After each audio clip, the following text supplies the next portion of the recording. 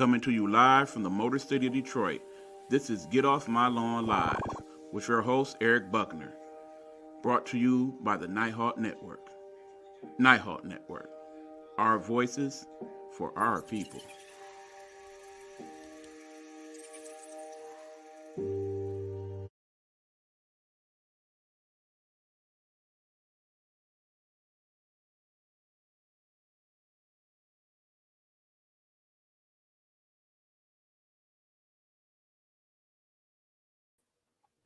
Hey, good evening, everybody. It's your boy, Eric Buckner. EB is in the building, and right now you are tuned in to Get Off My Lawn Live. I am your host, Eric Buckner, and tonight on this episode, we will talk the usual trending topics, along with the latest on the COVID-19, the vaccine update. We're also going to talk about some of Biden's, as in President Biden's early policies, and some of the things he's trying to implement. We most definitely will get into the Biden relief plan and what that consists of, along with a few other topics I want to add in. So as you guys are starting to tune in and come into the room, welcome, welcome. Hopefully you had a good Tuesday.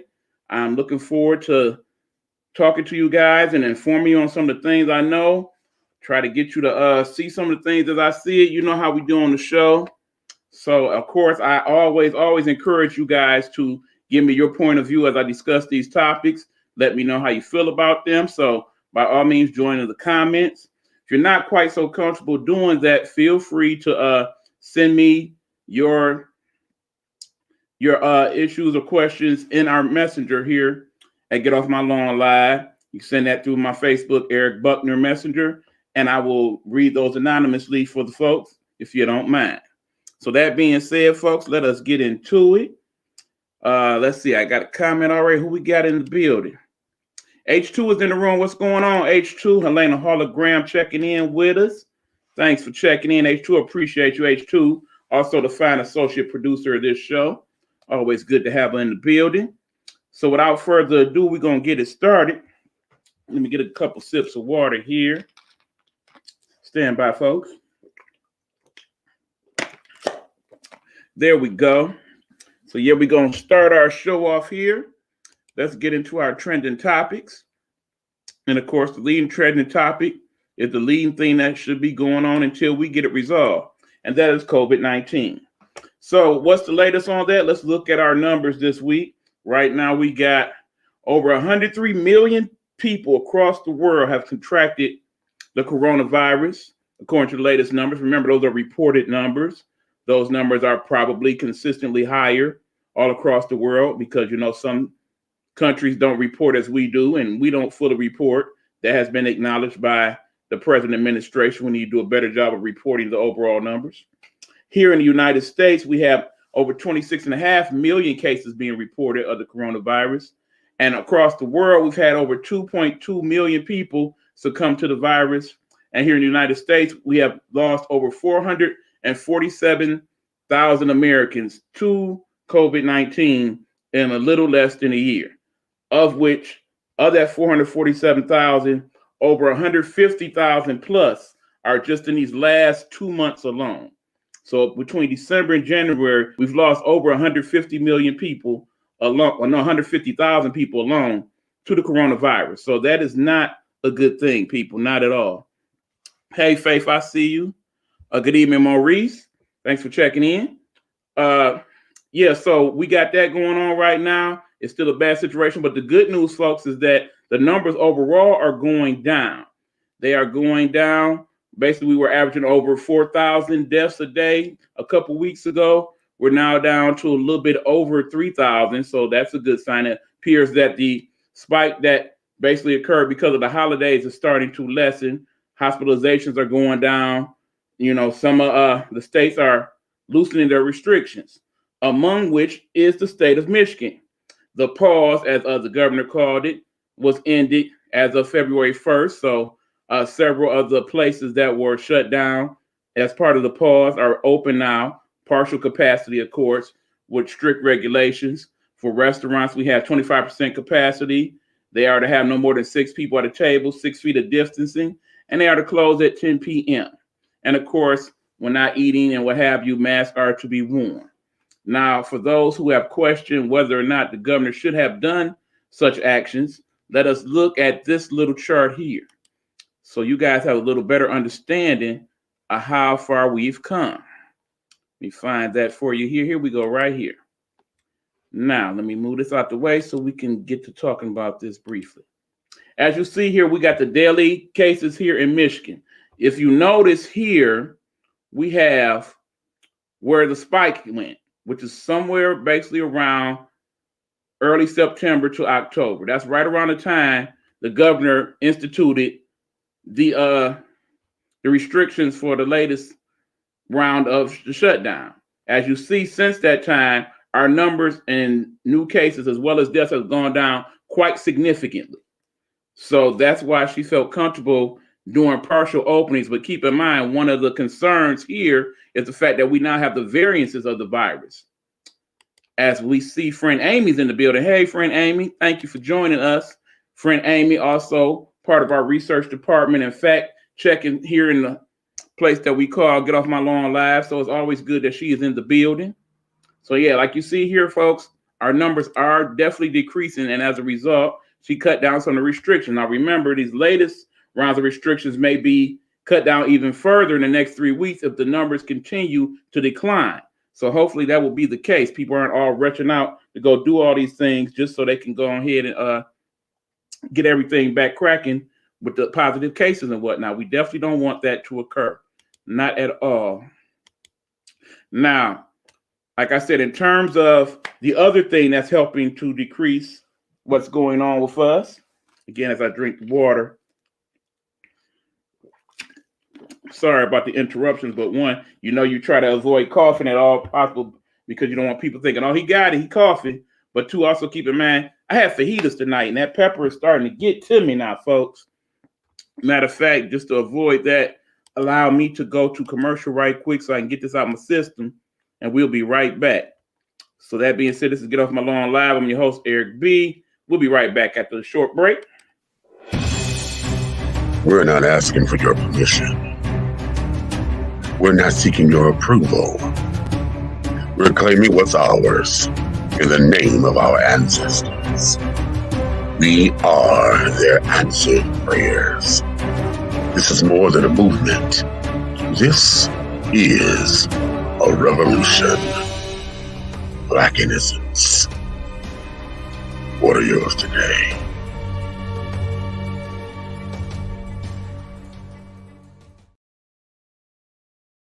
Hello, hello, hello. It's another glorious day, my tea-sippers, and you know what time it is. I hope you have all of your comforts together because it's time to dish tea. And you're dishing tea, darlings, with Big Meat. Can't wait. It's time to dish tea with Big Meat. It's time to dish tea with Big Meat. It's time to dish tea with Big Meat. It's time to dish tea with Big Meat. Darling.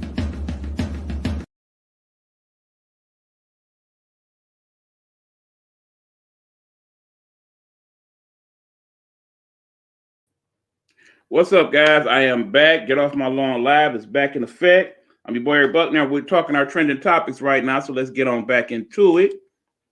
So we were talking about COVID and what's the latest with the numbers, and now we're going to get into, of course, what's supposed to be the solution to this thing, at least one of them, the vaccine and what's going on there. Now, keep in mind, in terms of the vaccine, we've had over 10 million doses that have been given to people. In other words, as they talk about on the news, 10 million doses that have actually went into arms. And out of those 10 million doses so far across America, 1.9 million people have received both doses of either the Pfizer or the Moderna vaccine. So basically, if you wait your 7 to 10 days for total effectiveness, those people are considered immunized at this point. Remember, as far as the Moderna and the Pfizer vaccines go, we have 90 to 95% efficacy. In other words, in terms of preventing severe illness from the virus.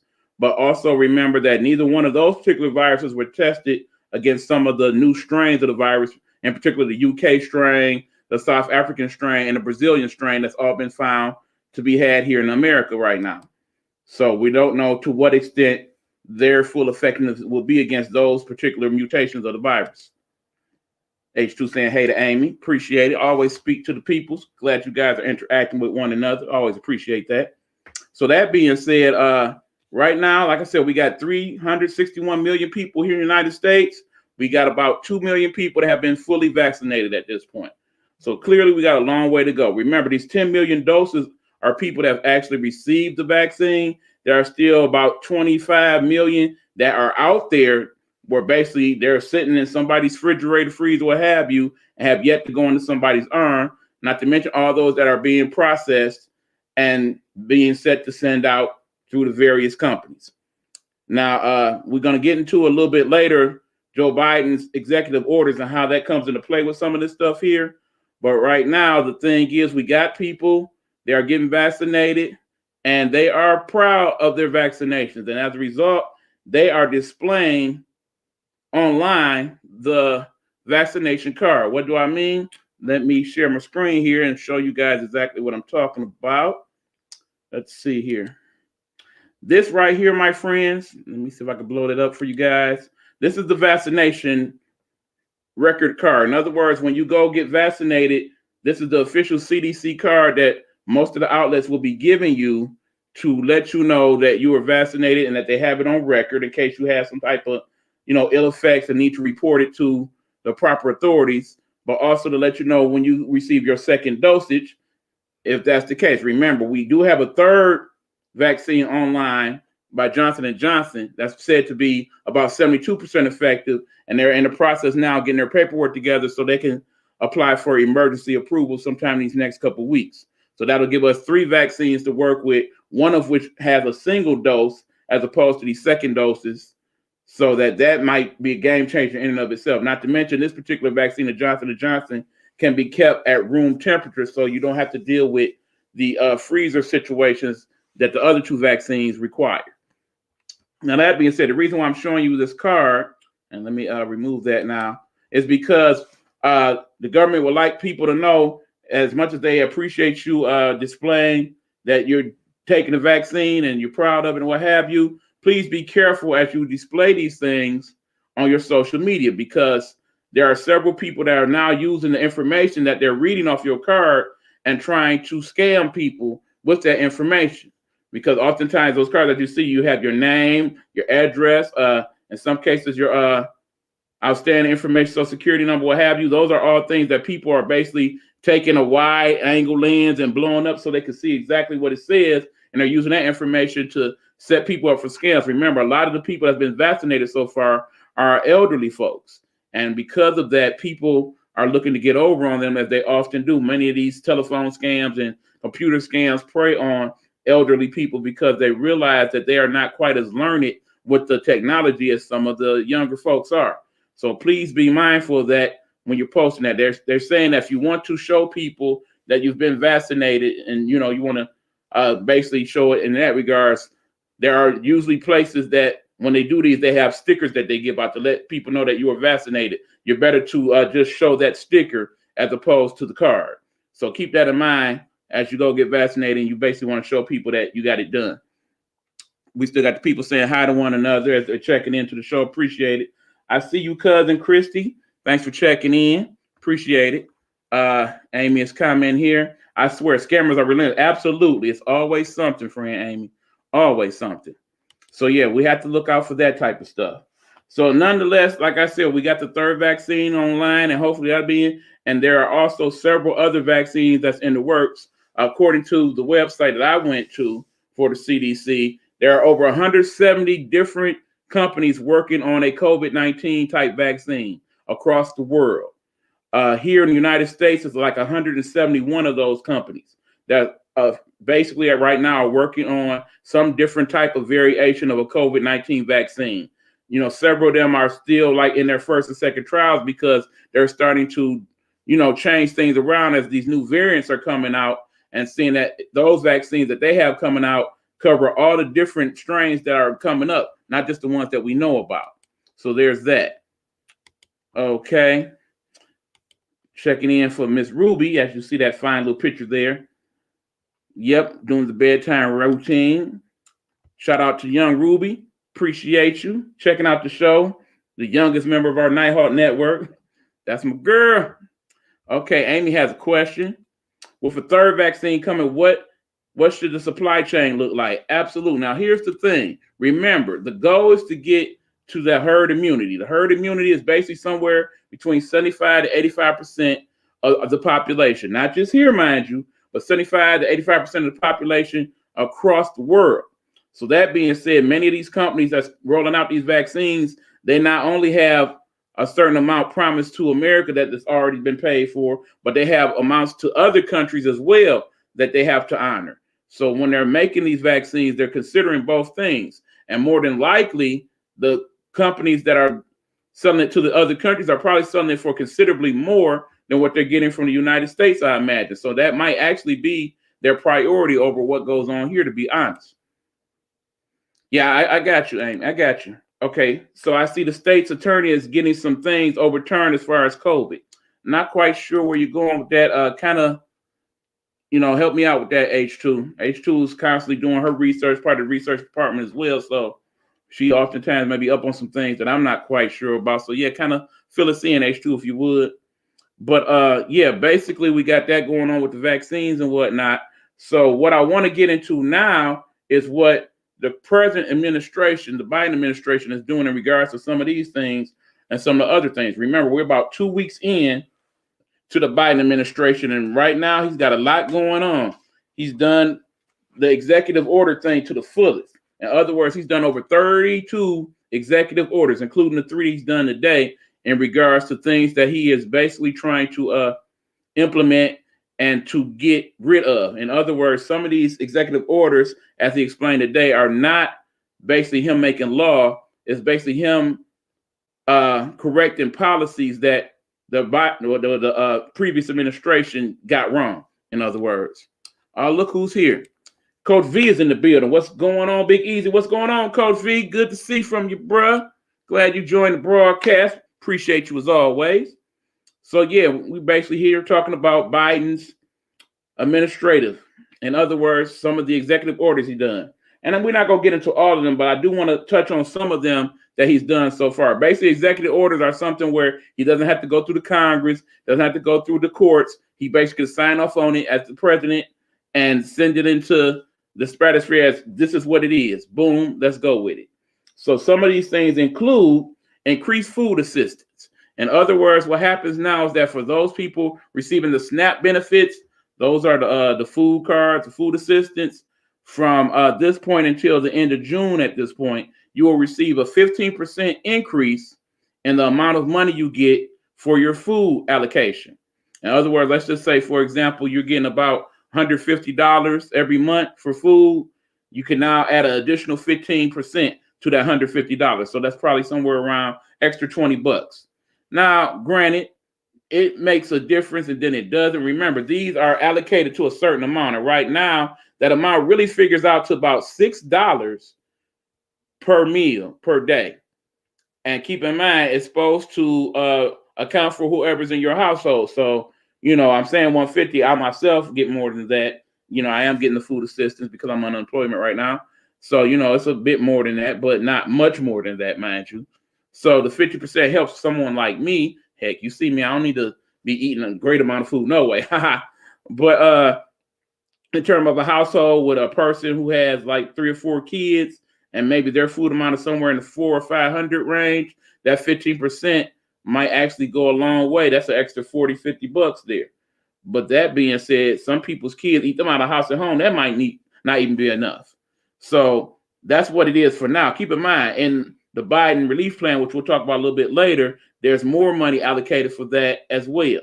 But right now, he basically put that as one of his executive orders. So that takes effective immediately. So if you're receiving food assistance this month, when you check your amount, there should be a little bit extra boost in there. That is where it comes from. Another thing that he has done as far as executive orders, he has helped put money out for the manufacturing of vaccines and testing materials. In other words, he is set up to where the government has required some companies to start doing mass production for the materials needed to make vaccines, like the little vials, for instance, the needles, the PPE that's required for that. All those things are being wrapped up now and paid for the government, so that when you see the rollouts of the vaccine, you also have the equipment necessary to implement them. So you can put the needle in the arms and you know, the cotton wipes and all that good stuff. Okay, got some comments here now. My food assistance increased by 50%. That's correct. So that means you already got it good, Amy. Let's hope so. Yep, boy. As you see, Amy said she got hers. Hey, I store a lot of food in the deep freezer. That extra bit helps a lot. Absolutely. And I definitely want to get me a deep freezer. Absolutely. So, you know, that comes into play a little bit later. We'll talk about it. There's an app called Fresh EBT that is amazing to check your balance and look for jobs. Absolutely. And I've seen that. And to find that here in Michigan, you can go to michigan.gov and it will direct you to that. Also, if you go to the City of Detroit website, it will direct you to that site as well. That's good information right there, Amy. Me too. Yep, absolutely. So, you know, there's that. Another thing that he's implemented in his executive orders is pandemic testing, to expand testing. In other words, there's some states that's not having the proper situations that is needed to get a great amount of testing done. There's like only a certain amount of sites that they have it. This allocates for money that can be sent out so these places can ramp up testing, because that's a key part in controlling the virus, knowing who actually has it. So if we got enough different places that's testing, and keep in mind, this is to ramp it up for free testing, mind you, so that you can go and get tested for free. That is the key. If we can get tested free, more than likely more people will do so, because that way, one, they're not coming out of pocket to do it, and two, you have a better understanding of who has it, who's getting it, so they can do the contact tracing necessary, so we can try to get some type of control of this thing. Because right now, even though the numbers are going down, it's still very much out of hand, particularly in certain states.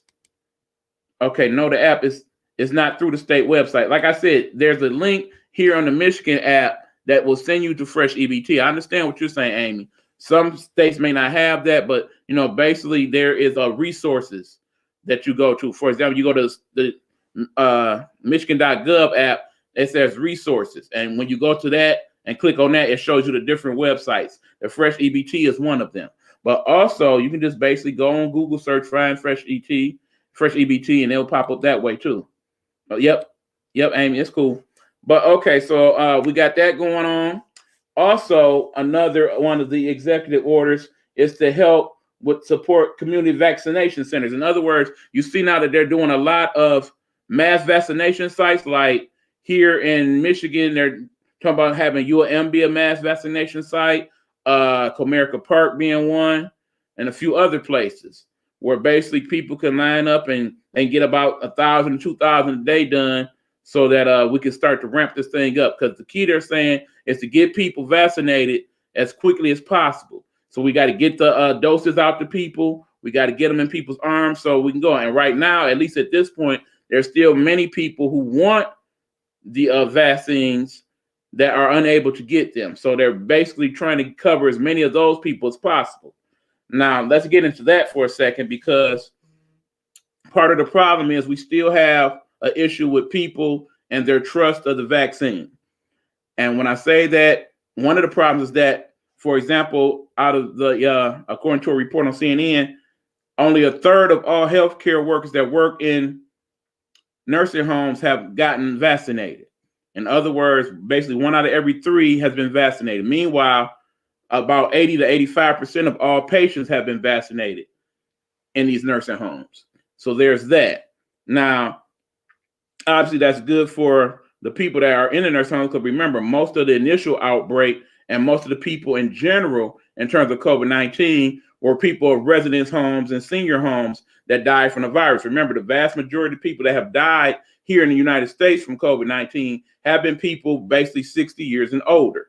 So it's very important that we get our older people vaccinated, and they are in an environment where the less people that they could possibly be around that has COVID, the better. So, yeah, but no, it's all good, Amy. It's all good. But, so yeah, we have to consider those things in terms of our vaccine situation. Another thing is that they're saying overall, about 65% of all Americans are saying, yeah, I'll take the vaccine. I definitely want to get it at some point when it's available to me. But out of that 65%, they're saying African Americans, people of color, are not in the vast majority of that. In other words, out of all the racial groups, African Americans are the most distrustful and the most less likely to want to be vaccinated at this point, for reasons of which several of you probably will cite. You know, there's that whole Tuskegee thing that people always bring up, and I find it interesting that people bring it up because most people don't really even know the true history of that. They don't know the science and all that went behind that. They just know that people bring that up, and that's what you should say. That kind of goes into my Black history discussion a little bit later. But anyway, hold on. I have a problem getting on that site. Okay, I'll help you out with it tomorrow, H2. It's all good. But yeah, so there's that. So right now, because I live in a large urban populated city that's largely African American, you got to be concerned about what's going on in terms of that. And keep in mind, you know, every other day we're getting an update in regards to who is eligible for the vaccination. This is not because everybody in a particular group is getting vaccinated, just because a lot of people are choosing not to. And as a result, they're going to the next group up. For example, today I received this from one of you fine folks in terms of that. Let me let you guys see that. Hold on, move this out the way for a sec. It says, according to Mayor Mike Duggan here in Detroit, he's announced the expansion of the COVID-19 vaccination, eligible to city food service workers, including restaurants and groceries. Starting today, any food service employee living or working in Detroit, regardless of age, can call and schedule an appointment. So in other words, he's now made it available to all restaurant and food grocery workers, as well as people 65 and older. Now, keep in mind, there's about 700,000 people or so that live here in our fine city. So we've vaccinated about 31,000 people, I think, last check here in Detroit. So because of that, there's still a lot of vaccine available to these folks, and he wants to offer it to as many people who are willing to take it at this point as possible. So the good news is there's availability here, but the bad news is it's available because a lot of people, even our elderly people, are still distrustful of the vaccines and are choosing not to take them. So that is part of the issue with that. And of course, we are fortunate because there's several cities, particularly the mayor of New York, seems to constantly be on TV saying that they do not have enough vaccine doses for the people that actually want it. And so basically for these other places that's not using it, they would like for you guys to allow them to get more so they can get it done. And it's not that they're necessarily being selfish in regards to this. It's just, you know, it's their job to be in charge of their city. So they want to do the best they can for the people that they work for. And I get that. I completely understand that. So there's that much. A couple more of these executive orders, then we'll move on. We got another one, and a very important one. As of today, February 2nd, all people, that is all people in USA, are required, as in is it a mandate, for you to wear a mask, much like this beautiful Detroit Pistons mask here. You are to wear a mask on all forms of public transportation. In other words, if you're riding a plane, train, bus, automobile, ride share service, anything like that, you are required to wear a mask in taking all these forms of transportation. It is a federal mandate. In other words, there's a possibility that you may be fined or possibly removed from said forms of transportation if you do not have a mask when you take yourself on these things. It is required. One of the other executive orders is that there is a mandate now for all government workers who work in all government agency buildings. They are required to have masks when they work in these buildings. They are required if they're working for the federal government on federal contracts and federal land that they have masks when they do so. These are all federal mandates at this time. The president himself has asked that we all wear masks for the next 100 days when we are out and about as a form of being patriotic, because the science dictates that if we wear masks, the vast majority of us, in the end, we will help to definitely calm down the spread of the virus. Okay. H2 is saying it should be required. Absolutely, H2. I agree. I feel like a remake of Planes, Trains, Automobiles, but set in COVID times will be stellar. That ain't a bad idea. And we kind of going to get into some of this movie stuff a little later, too. But yeah, Della, hey, what's going on? Family popping in. I appreciate you. Thanks for checking out the show.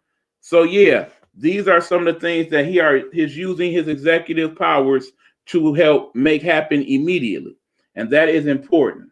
There's other things in regards to climate change and definitely in terms of immigration. One of the things that he signed, there is a committee now that's set up to find the parents of the kids that were separated from their parents in terms of the immigration. So there's about 600 to 700 of these children they're reporting, and they're going to set up agencies that will help these kids find their parents.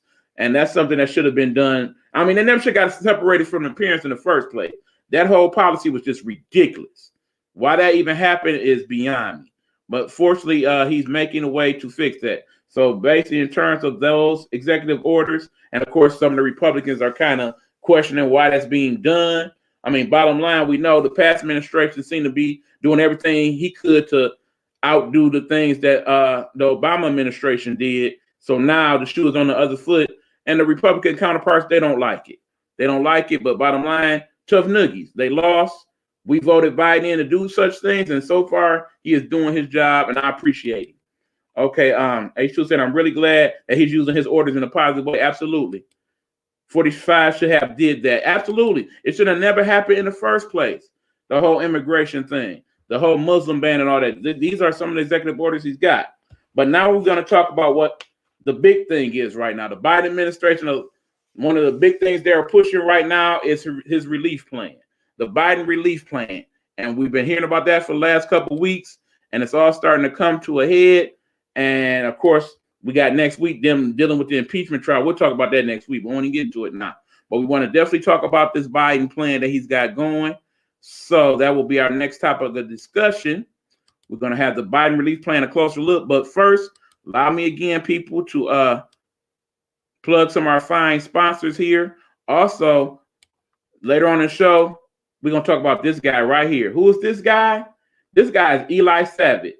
And some of his things that he wants to implement, you definitely want to be paying attention to. That's going to be a real interesting discussion. So we'll get to him.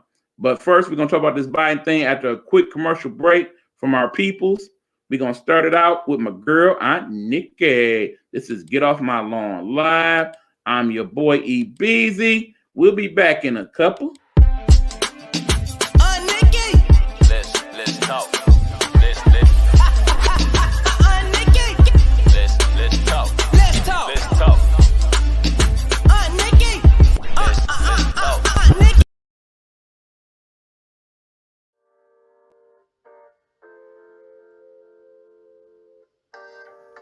Hello, and hello again. Hey, I'm Helena Hologram. I'm your host of that wonderful show that comes on every Monday night at 9 o'clock p.m. sharp on Facebook Live and YouTube Live.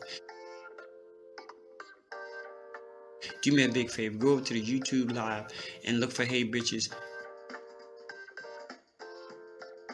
Like the video and subscribe so you can become a member of the Hey Bitches Live page.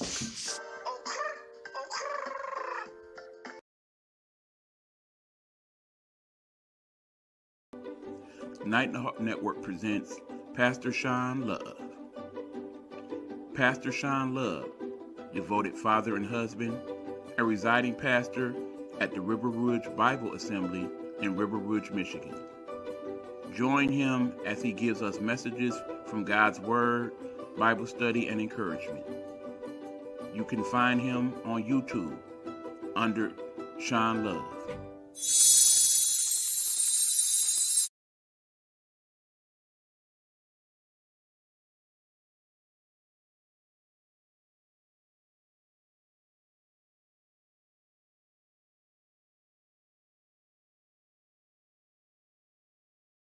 We are back. Eric Buck is here in the building to Get Off My Lawn Live. I am here with you guys. We are talking about, well, actually, we're about to talk about a little something we call the Biden plan, a closer look. But until that, let me address some of these comments before I go there. Okay, Amy is saying a lot of these executive orders were pushed on Trump to do because of special interests. Somebody's pockets got lighter when they were reversed. Absolutely. That is definitely the case. That's why some people ain't too happy about it, Amy. I wonder if he'll drop the travel ban on Cuba while he's in office. 45 had banned travel there I do believe part of one of the executive orders does cover that. What's good with you? Big Meech is checking in from the Donut Factory. Hey, Big Meech, what's going on, Bixter? Thank you for checking in. Always good when you in the building. And Amy saying, Leah, I wouldn't get my hopes up. People are still screaming communism, so it might not happen just for image purposes. I know you want those cigars, though. Yes, Leah does enjoy her cigars, absolutely. So, yeah, let's talk about this Biden plan, okay? And keep in mind, this is a big deal because these implement some key things that Biden promised during the campaign. And, of course, we want our politicians to do what they say they're going to do. So that's why I feel like this is important. So keep in mind, the plan at this point is to put this out here to the Congress, and he wants to get some bipartisanship in terms of getting it implemented. The number that's been put out there is 1.9 trillion for the Biden plan. And keep in mind, a lot of these plans have little intricate little things that probably don't necessarily need to be in there. And of course, the Republicans are talking about some of those. But in the end, most of this, it appears, is going to some very good parts and very good causes. Let's kind of do a little deep dive into it, shall we? Okay, for example, there's the major things that we know about and some of them that we don't. Let's talk about some of the major things as I look at my notes here. For example, of course, the major thing everybody talks about is he wants to give people more stimulus money, and particularly the $1,400 to make that $600 that we got before even $2,000. So they talk about the $1,400 stimulus check. They definitely want to get that part of it passed because that is money that definitely helps people. And remember, that is per person at $1,400. So if you have a family of 4, you should be receiving $1,400 for yourself, $1,400 for your spouse. If you meet that threshold, man, you're under $150,000, I believe it is. And then, of course, you get $600, I believe, still for each dependent child. Now, another thing about this particular bill in terms of that $1,400, that also now includes people that were in that kind of in-between range, the people that were not quite old enough. In other words, like on that verge of 18, 19, just starting college. And then the people that were like right there at 17, those people didn't get stimulus checks before, and they didn't get money for those people before. In this particular package, those people will get their own separate $1,400. So that's the key. Another thing is there are people who are not presently residents of the United States, but they're paying in the government in terms of their taxes and being part of the stratosphere of the government. So they want to look out for those people too. In the past bill, those people were not eligible for the $1,200 or the $600, but in this particular package, they will be eligible for the $1,400. I feel like even if you're not necessarily a citizen here, but you do pay your taxes in regards to the government should work for you as well. So yes, I do absolutely feel that those people are entitled to that $1,400 just as much as anybody else, considering that a lot of those people don't have high-paying jobs, and they are a key part to what's keeping our economy going right now. They definitely should be compensated for that. Got to go and understand, we know we got mom duties and stuff. We appreciate you, though, Amy. You know me well. Yep. Now, Princess, that's a good one. It goes deep. Yep, absolutely. Talking about those cigars. Let's get the monthly stimulus. And let's talk about that. Now, keep in mind, that's kind of a separate issue. Some of the Democrats in particular, those in the Senate, like your Bernie Sanders and people like that, they not only want to give out the $1,400 stimulus, they want to actually make it a monthly stimulus. In other words, and the amounts vary anywhere from $1,000 to even $2,000. Like some of the other countries that's doing it now, they want to give out a monthly stimulus package so that would basically help to stimulate the economy. Remember, we are in the hole, people.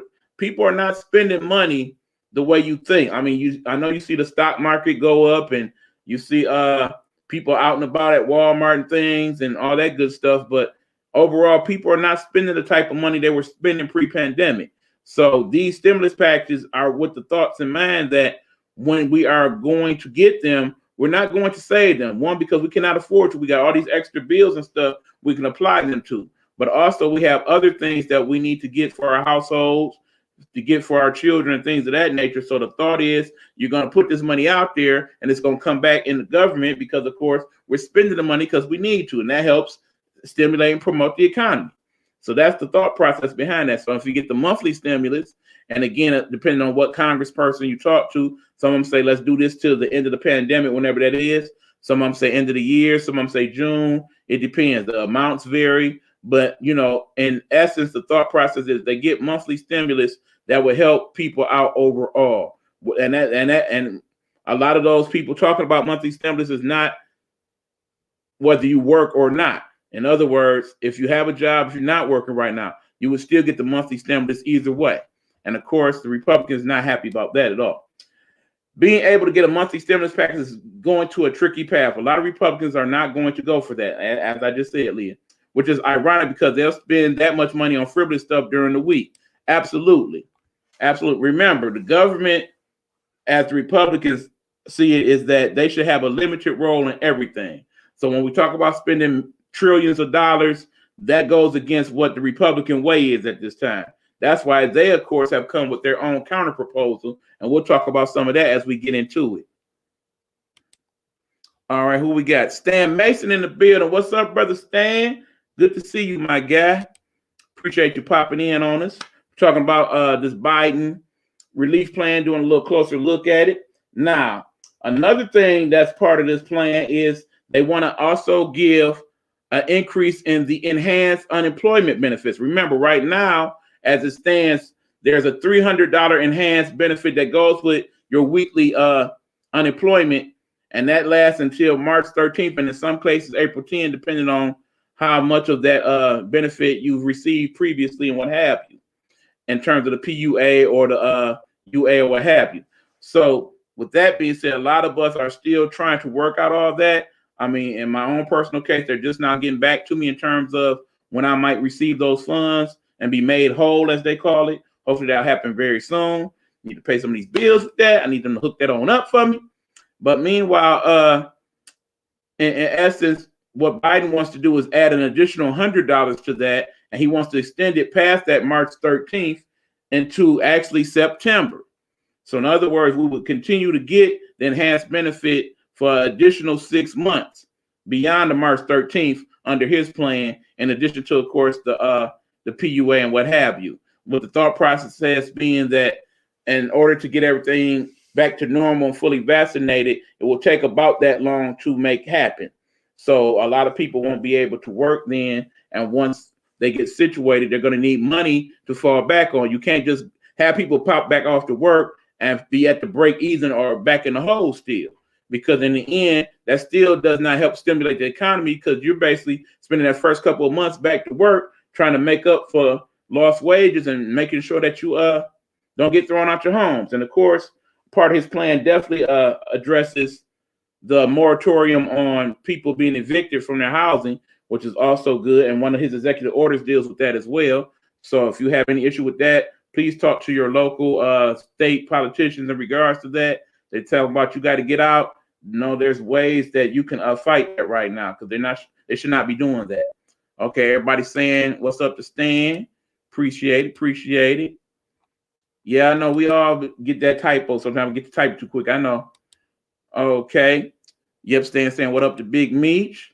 And yeah, Amy had to dip out. She had mommy duty, Stan. She was in the house though. We'll let you know. We'll let her know you checked in.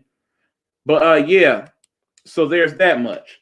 Another key part to this, there is $400 billion as part of that 1.9 million. Where does some of that go to? 50 billion of that goes to expanded testing. In other words, we want to get more testing out here. That is part of the key to helping control the virus. If we get as many people tested as possible, so that we know who has it, where the spreads are, where the the super spreader events are going, and what's it leading to, the outliers and all that, that is key. Also, as part of that 50 billion expanded testing, there's being money given out to a particular company. This company has made an at-home COVID test. I don't have that information for you right now, but you can look it up, please.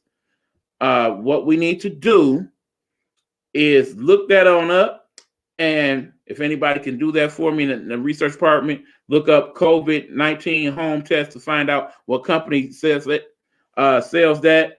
I can tell you that the price of that COVID test is $30. And what happens is you will get that take-home COVID test. You basically get at your local drugstore or whatnot, bring it home. You can digitally send the results. And basically from what's being said, in about 30 minutes, you are able to learn whether or not you have COVID-19 based on that test. I find that some very interesting technology. So apparently that is one of the things that they're spending that expanded testing money on. For those of you that don't really trust going to get the test done, would you be a bit more less leery about it if you could get yourself the test and find out the results? Or would you still not trust that either? I'm kind of interested to see what some of you guys' response is on that. But me, myself, I would not mind. Like I said, I definitely would like to know what's going on. Everybody can sit and say what's going on with everybody. Speaking, I appreciate that. So that being said, folks, let's talk about some of the other things in this package, shall we? We got $130 billion to help schools reopen safely.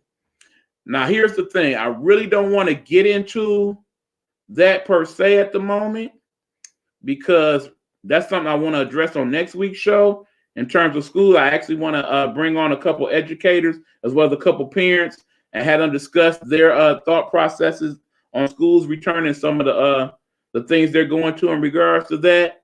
But keep in mind, they want to make that happen sooner than later. And I personally think that's kind of a rush job. And I don't think that should be a good thing so much. Let me address this comment here. Okay, Stan joining in the research. Thanks, Stan. The Lucria all-in-one COVID-19 test kit availability. That's the one. Lucria test was the first fully at-home COVID-19 test to receive emergency use authorization from the FDA. Self-reported previously.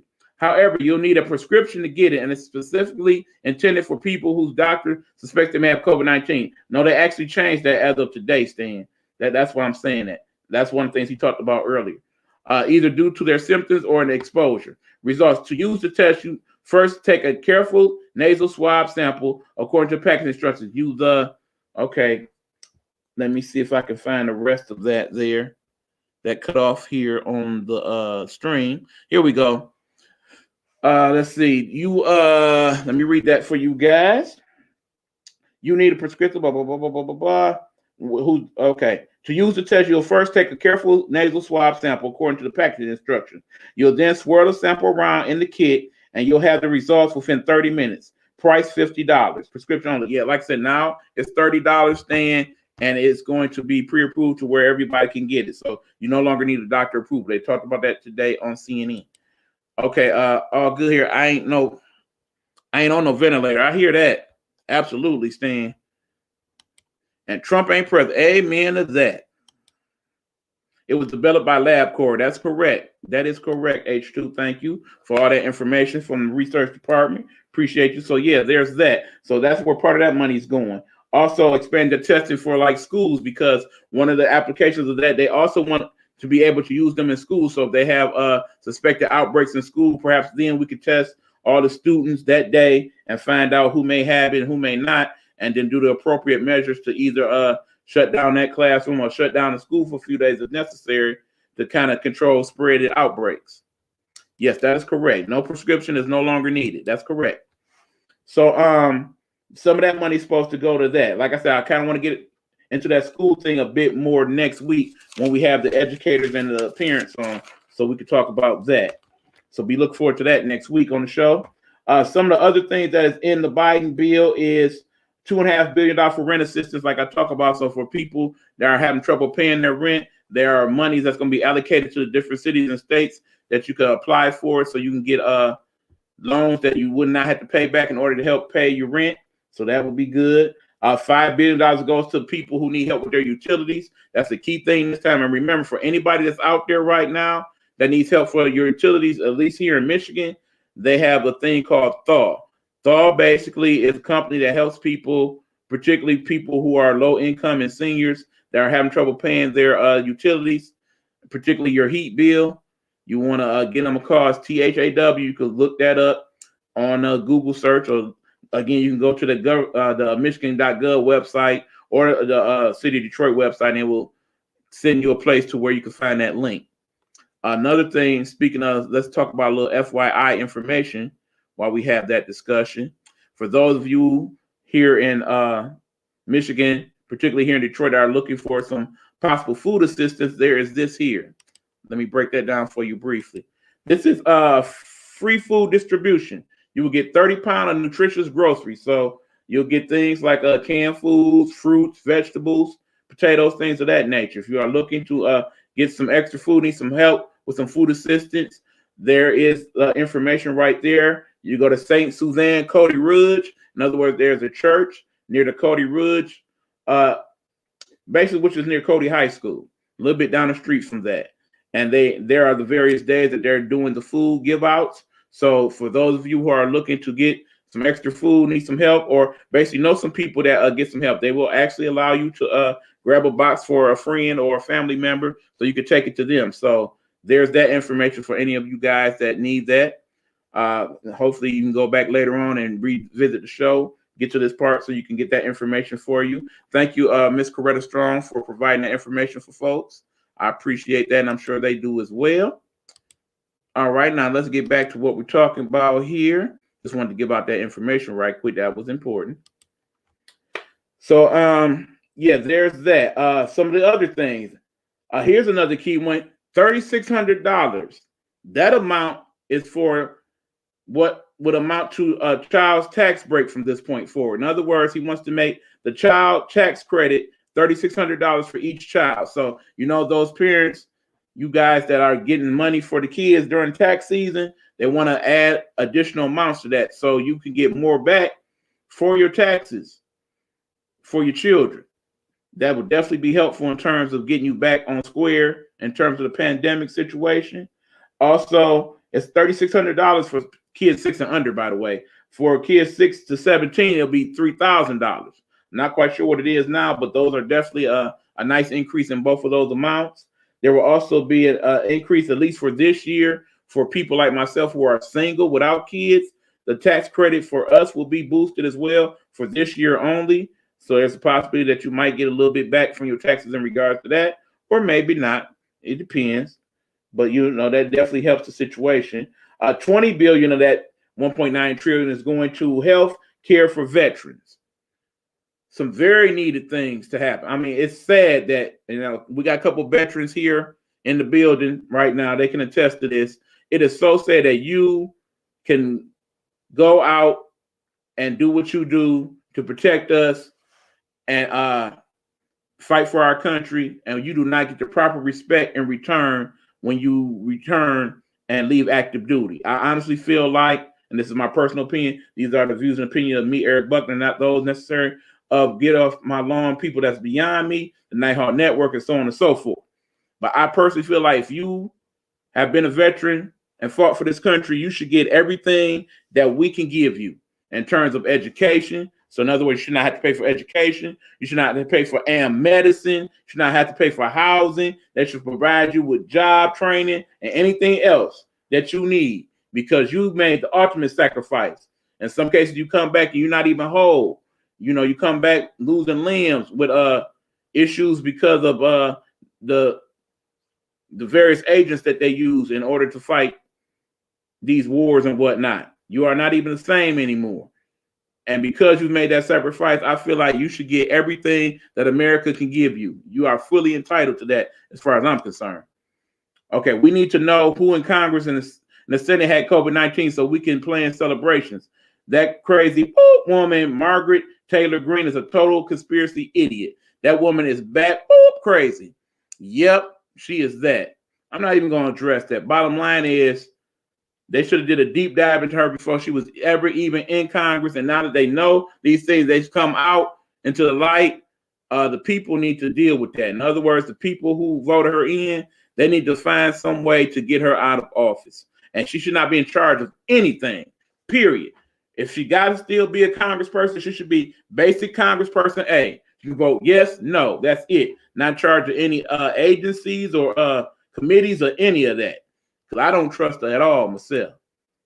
Why haven't these companies donated these tests and vaccines and they can't GST the tax write-off instead of the country having to pay for it? Aren't those who are developing the damn tools susceptible to the virus too? Sadly, Meech, you already know that many of these things have cash considerations. You know I don't have the mic right now, but you know if I did, I'd be singing that song I sing to sing every episode. For that mean green It's all about the money, man.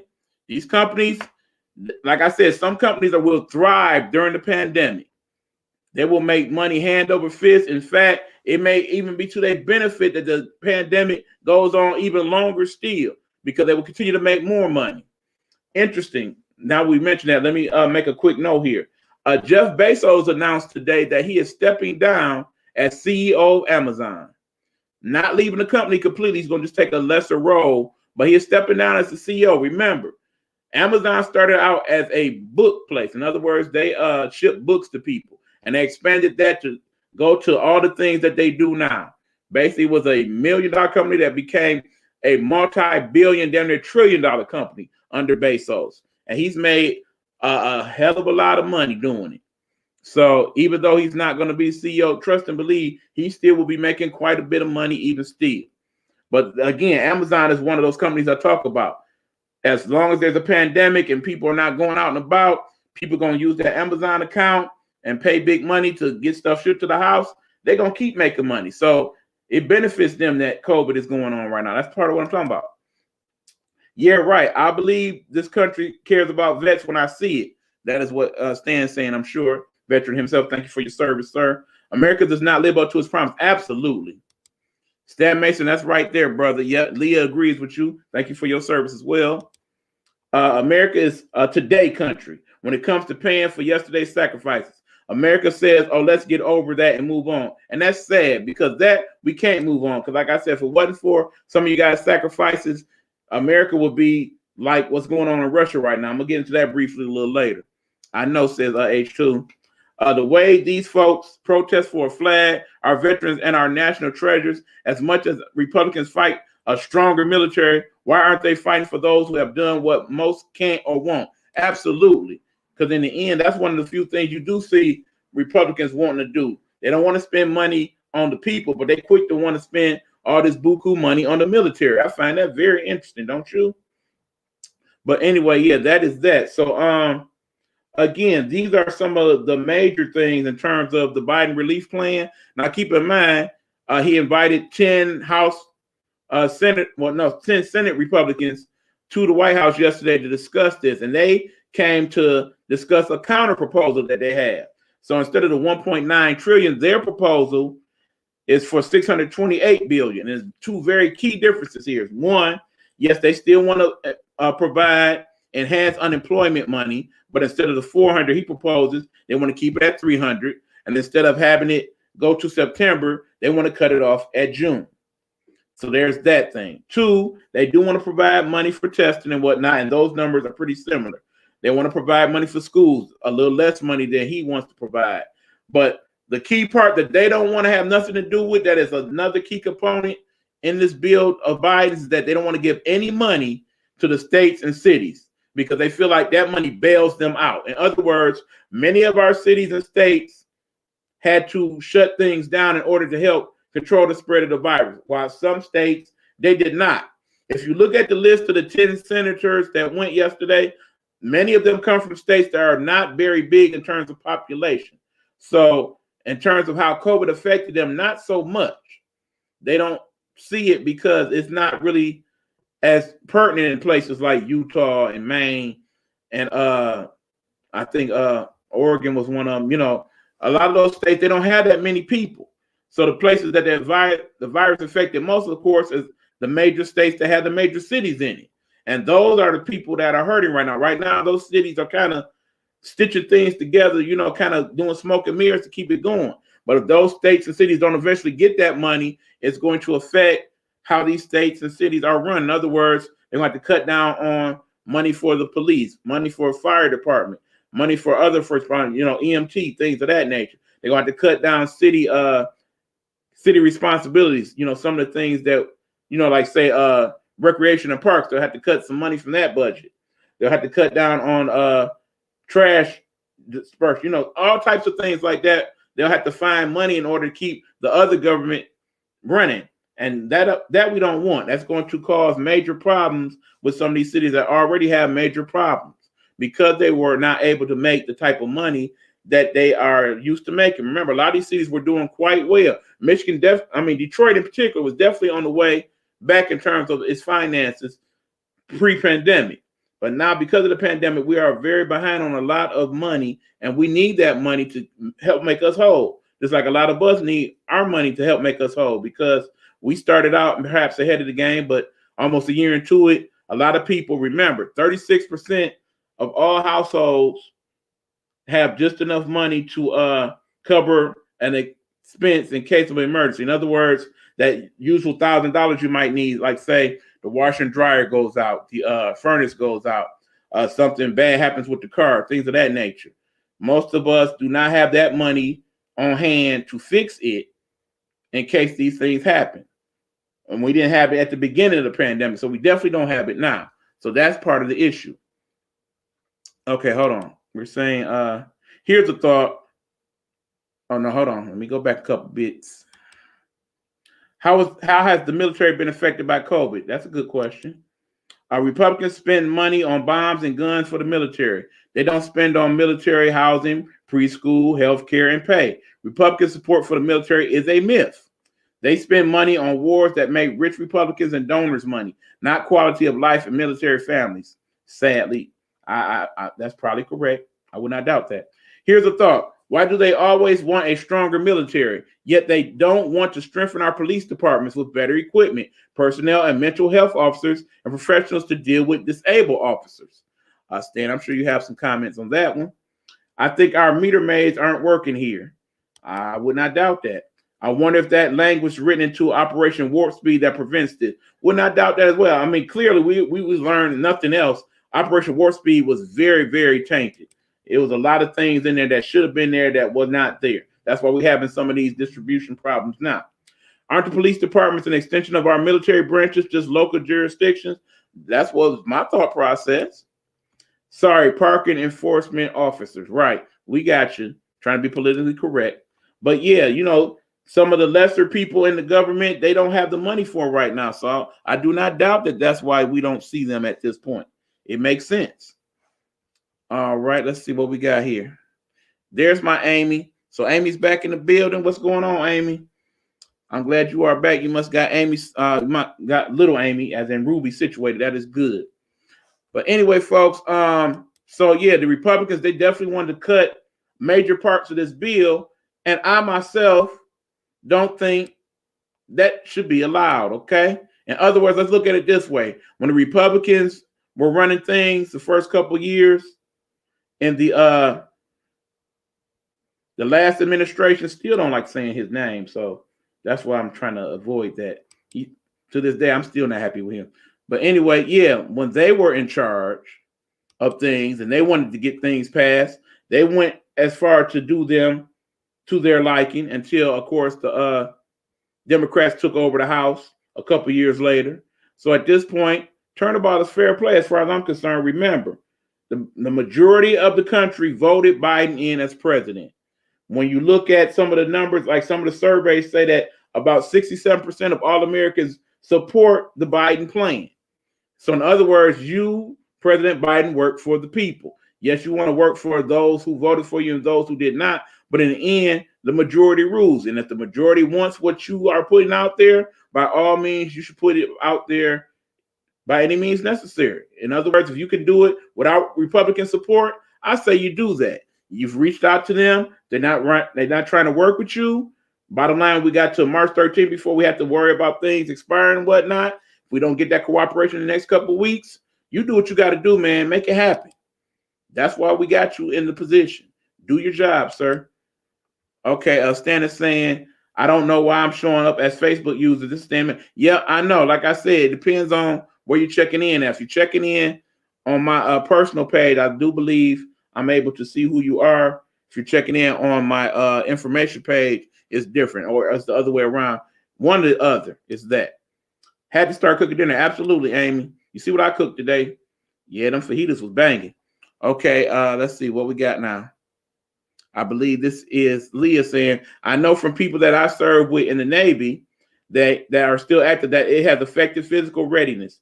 No fitness tests since the pandemic started. And the advancement exams for the enlisted sailor rates have been postponed or canceled. So yeah, that is Leah answering some of your questions, H2, in regards to how it's affected the military. It's StreamYard, I think. Yeah, I do believe that is the case, Amy.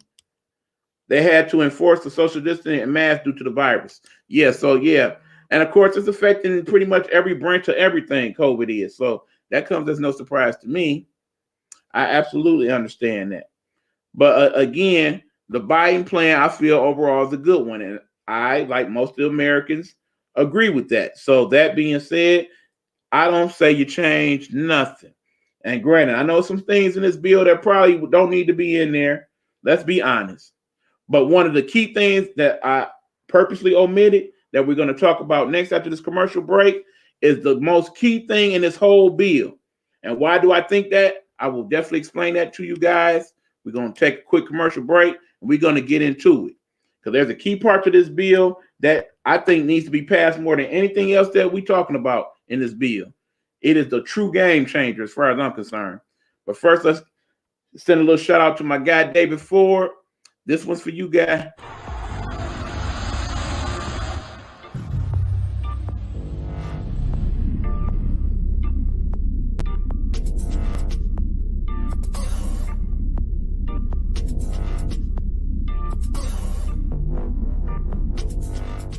Come on now. Okay, black on. Get into it.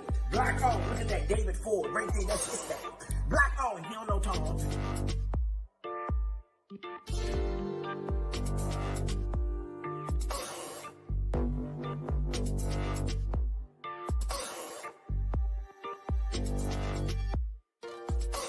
Look at that David Ford. That's his name. He don't know Tom. Yeah.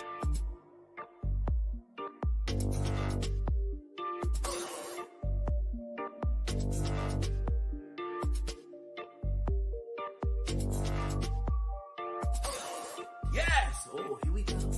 Oh, I can see the demons. I can't see the demons, but I can see the light. We are creating black luxury across this country.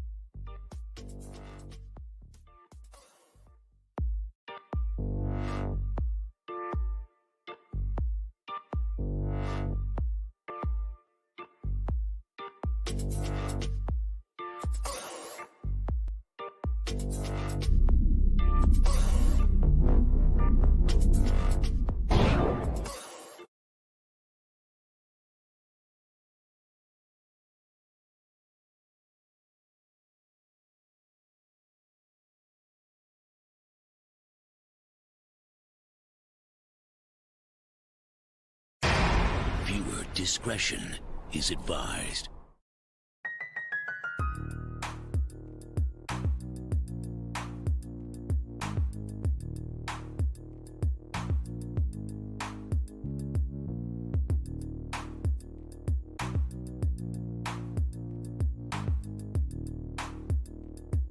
Behind the Blue Curtain, Saturdays at 11 a.m. Eastern. Unscripted talk on police reform and race relations. And now, Behind the Blue Curtain's law enforcement liaison, retired 32-year Chicago police veteran, homicide detective, former commander, sergeant, grant writer, lecturer, and adjunct professor, Joseph J. Mosley. Behind the Blue Curtain's Minister of Common Sense, former 12-year Fort Worth police officer, educator, voice of reason, and unapologetic practitioner of sound judgment, the young scholar, LaRonda Young. Behind the Blue Curtain's co-host, fact checker, and investigative journalist Isidoro Rodriguez.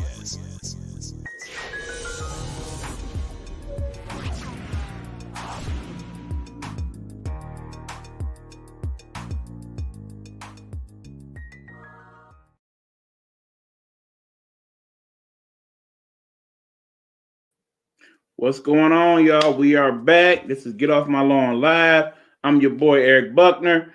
And right now we are talking about a very important topic. Like I said, we were getting into a deep dive in regards to the Biden relief plan. That last promotion, by the way, shout out to Stan Mason, who is joining us in the comments. Meech is making a very good point. Make sure you accept StreamYard so you can be seen. So for those of you, and you see that your comments are not popping up on the screen as you, that is part of the reason why. There's something that says, okay, in order to be seen, please accept StreamYard. It's okay. It's not going to affect your computer or nothing like that. It just makes it a little easier for us to identify you on the screen when we post your comments. So please do so. Give StreamYard permission. It is okay. The Stan plan is good too, according to Stan. Walk up to me without a mask and see. In other words, don't come on him with no social distancing and no mask. He don't play that. Lee is also saying, also the deployments of ships have dramatically changed. The ships will pull into a scheduled stop, but no one can lead the ship, which defeats the purpose of the Liberty Port, since part of a country's tourism comes from us. In other words, when they're going to different places now, they're not allowed to leave the ship. They have to quarantine on the ship as opposed to going out and about. Look who's here. Dr. Marla Facey. What's going on, cuz? And please, guys, join me in wishing my cousin a happy early birthday. Tomorrow is her birthday. And we definitely want to say a happy birthday to you, cousin, Dr. Marla Facey, the fine host of Monumental Moments in God's Word that can be seen Thursdays here on this fine network. Happy early birthday, cuz. I'll be calling you tomorrow. Stan Mason, I need a shirt. Yeah, the whole thing with the, yeah, you know what we're talking about, Stan. Make that happen, bro. 4X, okay? I need a shirt too. I'm subscribing and still not showing. That's weird, Stan. Don't know what's going on, my guy. Hi, I have a sheets mask that most people don't get the joke.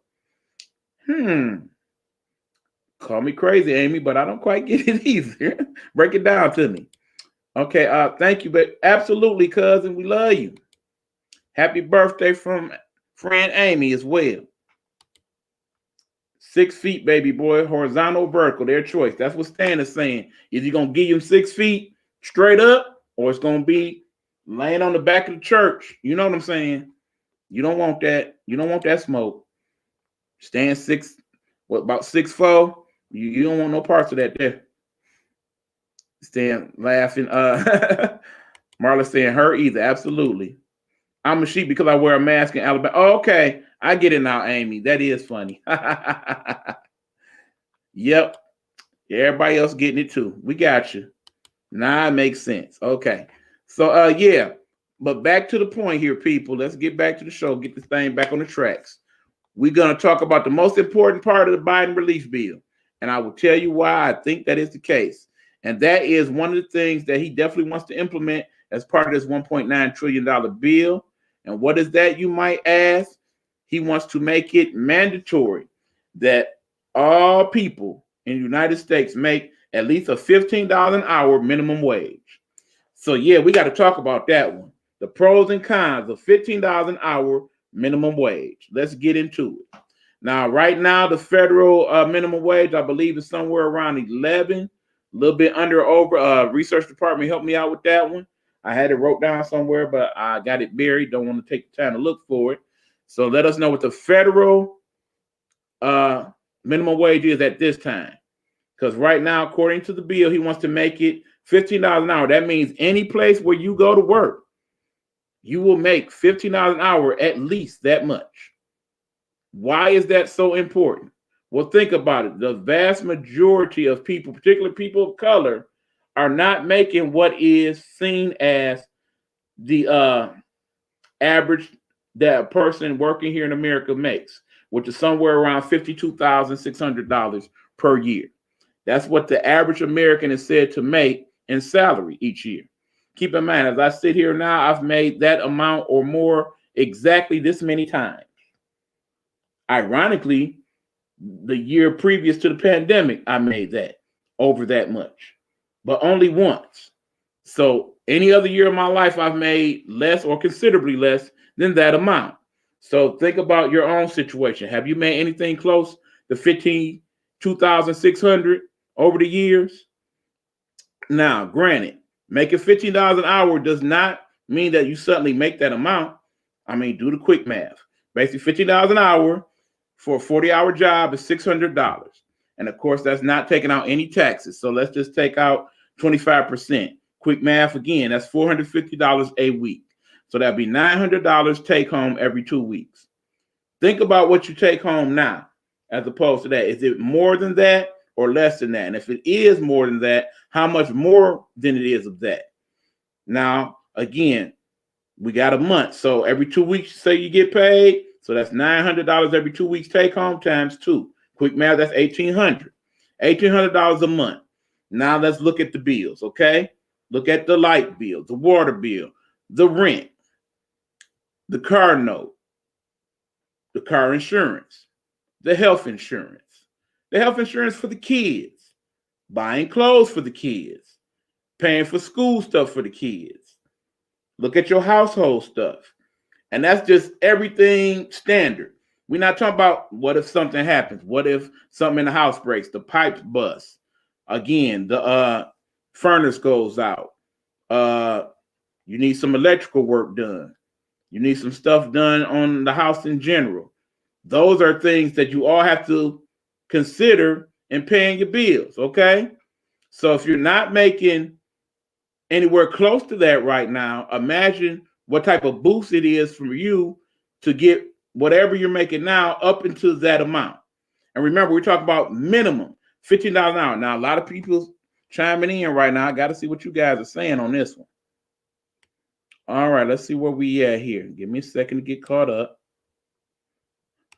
All right, Pride is in the building. What's up, Pride Hunter? What's going on, my friend? I think that is awesome. No, it's less than that. Yeah, right now the federal average minimum wage is $7.25. Now here in Michigan, it's a little bit over 10.5, I believe, statewide. But basically, any place on the planet in America, you got to be making at least that much minimum wage. So to boost it to $15 an hour, you understand how big a raise that is for some people? That is a life-changing difference for some folks. Last increase was like 2009. That is correct. No, federal minimum wage is $7.25 an hour. Yeah, that's what Amy is saying. That's what it is now, Meech. Like I said, according to the proposal that Biden wants to implement, he's going to increase it from $7.25 to $15 an hour. That is double what it is now, give or take a few cents. Sounds good, according to, let's see, that is Stan saying that. Sounds good, but comes with a lot of unspoken expenses for small and private business. And that's why we have what we're talking about, Stan. I'm about to get into that very thing. It's needed, but without subsidizing small businesses, it's unsustainable and not unrealistic. That's the part we got to talk about, Stan. Way to be ahead of the game on that. We're about to get to that. $7.25 minimum wage federal. Yep. The tax money from $7.25 also, because consider if you're making minimum wage right now, which is $7.25, they're taxing about 20 to 25% out of that too. So think about what you take home from that little bit. Let's do some quick math with that right quick, shall we? 40 hours, $7.25. So let's see, that's $72.50 for 10 hours times 4. That's about what? Somewhere around less than $300, folks. And that's without the taxes. So let's just say you coming home with about $225 a week, maybe a little bit over that, times 2. So that's $450. So $900 a month. That don't even pay some people's rent.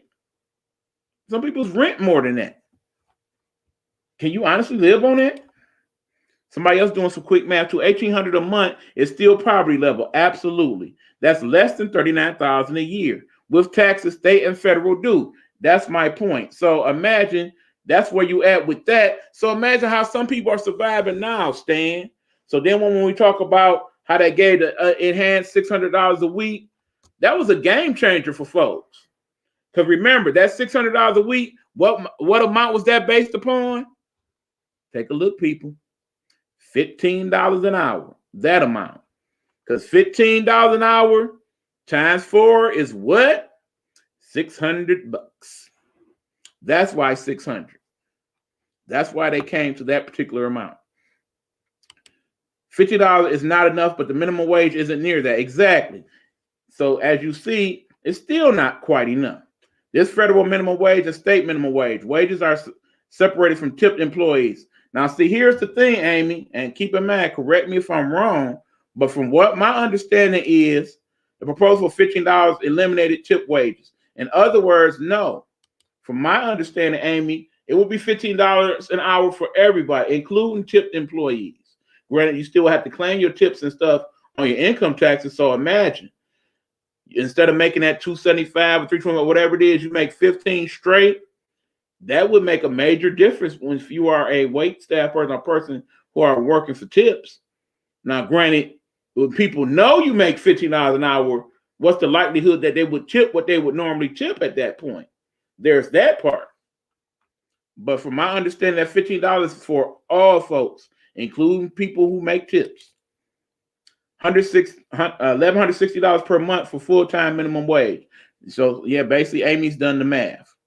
And again, I think that's the amount for the 725. I'm correct, Amy. Correct me if I'm wrong on that. And again, $1,160 per month for full-time minimum wage. How many bills you paying with $1,160 a month? And that's just for you. Imagine if you got children and stuff, you have to split that between you and them. And you don't get any federal assistance. Imagine trying to make it with that. The cost of living, the cost of living is ridiculous. Poverty level is believed is $15,000. A little bit more than that, Mitch, but it still is about that. Yet the current laws have separate minimum wage and the new proposals combining to 15. In other words, like I said, from my understanding, correct me if I'm wrong, you do your own research on that, but the $15 will account for every and all. In other words, all 50 states, that would be the minimum wage, $15 an hour, flat. But we're about to get into some of what Stan's talking about, because that's the cons part I want to talk about. We'll see how much of a game changer it is when they deduct it from their tax return this year. I did my taxes already, and if you got a stimulus, which I didn't, they are taking it back. Now, you already knew, at least you should have known, Stan, that they was going to get that money back some way, shape, or form. That comes to no surprise to me. I don't expect to get any money back. Keep in mind, I didn't get none back last year. I owed the government. When you made 50-some thousand, that's to be expected. Considering, part of my work was independent contract. So yeah, there's that. $2,400 per month for 15 out. Yeah, note the difference. This, I believe it's the 725 or 750. This is what you make with the 15. Again, 1160, 2400. Major difference, right? And again, she's not accounting for the taxes on that. That's just the flat 40 hours. And then also remember, part of the thing you have to consider is if you're paying people $15 an hour in minimum wage, that also increases what you would have to pay them in overtime. So a lot of places are time and a half, perhaps double or triple time for overtime. So of course, time and a half, $15 an hour is $22.50. And of course, they're going to tax half of that. We know that. So really, so that extra hours, you will be getting somewhere about $18 an hour. But even still, $18 an hour as opposed to the 10 it would be with overtime for 725. Again, major difference. Okay, research department is on it this evening. Poverty level changes with household size. 12,716 for one, household 2, 7, and so on and so forth. Way to be on it, Amy. Way to have my back, boo. Those are the information. So again, 26,200 for a family of 4. Think about how crazy that is.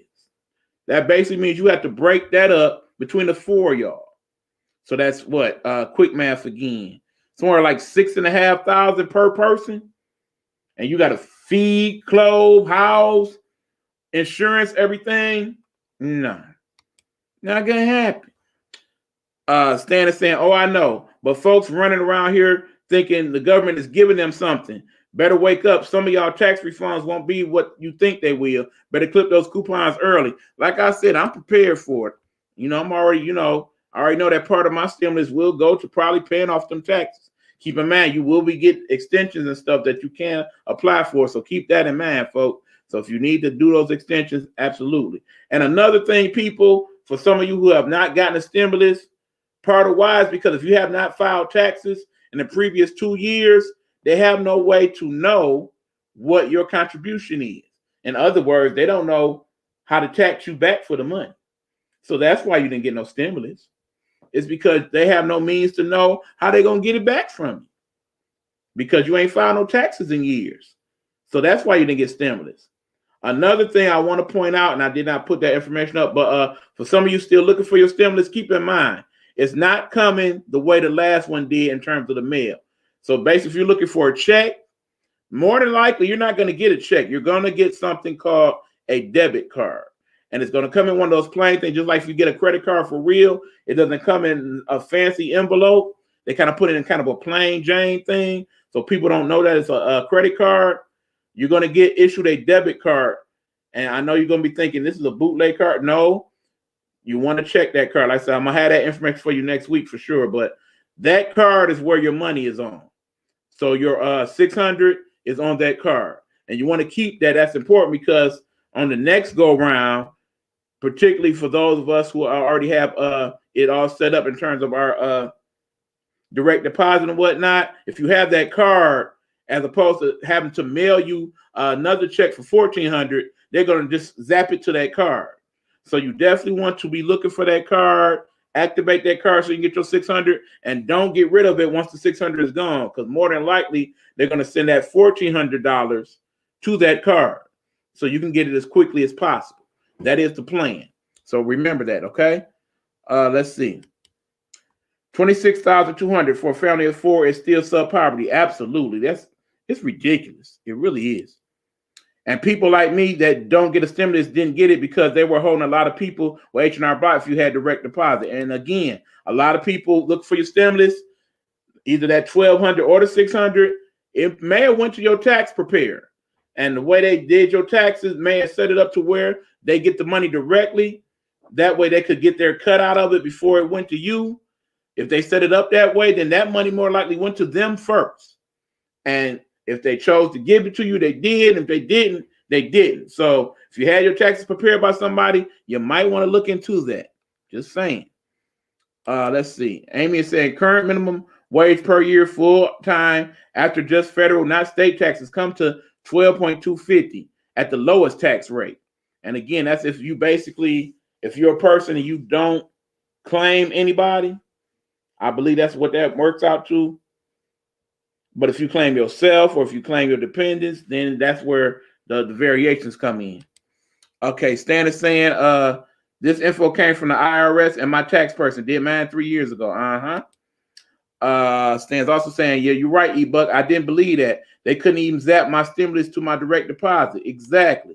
So again, folks, if you're looking for that money, and next time you don't have to wait so long, if you have direct deposit or a bank that you can set that up to go to, that's the route you want to go. Because when you have to wait for it in the mail, remember, we still having issues with the mail service. So, you know, some of those checks are still on the way to some of y'all, or those cards, I should say. But the reason what the holdup is partially that. So if you have some type of direct deposit that you can send it to, or like one of those or the Cash App cards or something like that, you might want to set that up so that way you don't have to wait so long next time around. Okay, me say, child, if they get a refund, how many folks are going to stunt those taxes with claiming kids? And you already know the usual tax foolishness will go on. You know that, especially since they're going to add additional money to the child tax credit. That make them kids worth gold, double gold. So think about, it's a couple people here in the network that might be looking out. They got 5 and 6 kids. I know somebody, they got their 7th kid on the way. So in terms of the tax money, I said, I'm not quite sure how that goes, but I'm sure they can't claim all them children. So, you know, they might be trying to send them kids to the highest bidder. You know how that go. You know how we do in the hood. Stan is saying, no, that's wrong. They could not withhold a federal advance. That's stealing. There was a glitch with the IRS and H&R Block. They can't skim anything off it. That's incorrect. Like I said, people have ways around these things, Stan. I actually know somebody that works for H&R Block, and that's where I got part of that information. Some of them folks in there that was doing the do dirty, man. They didn't work some stuff out. It's scammers all out here. It's sad but true. They should not be able to do those things, but they have ways around it. Some of them tax people, they're pretty sneaky. Trust and believe. My mother used to do taxes. That's part of why I know some of these things. Let's see. Where are we? Yeah, again, let's get into some of the cons now. The $15, like Stan very wisely pointed out earlier. There's that issue. Remember, For the big box companies, the Walmarts, the Targets, the Amazons of the world, they can not only afford to pay you, they probably can afford to pay you $20 an hour and still make a very nice profit. It's not going to hurt their pockets at all. In the end, they'll fuss and complain and whatnot. And sadly, part of the thing is that if we raise the prices of what people make, we have to raise the prices of what people sell too. There's that. But anyway, going back to the original point, those big box places, the big corporations, this is not going to affect them as much. They're going to work around it. But for those mom and pop places, the small business, the ones that's hurting so much already, particularly our restaurant industry, it's hard enough for them to pay who they got on payroll now, even with them getting the PPE loans and things of that nature. So then you're going to make it to where they have to pay people double what they paying them now in some places. Because remember, federal minimum wage right now is $7.25. Now up to $15. That's going to be a big problem.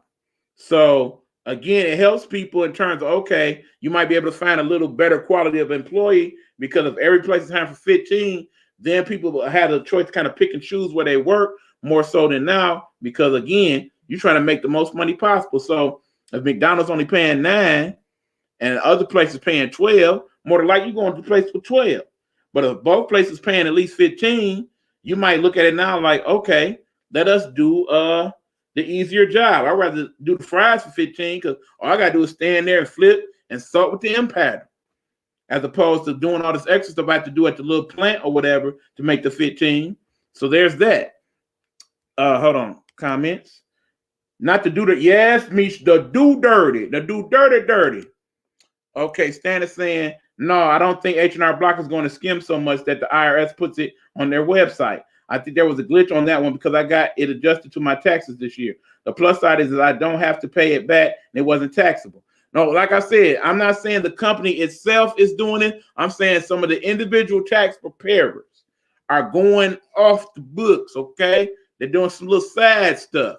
Keep in mind, H&R Block is supposed to be reputable. You're supposed to be able to go there and get your taxes done correctly without no shady. But what I'm telling you is some of them is slim shady, man.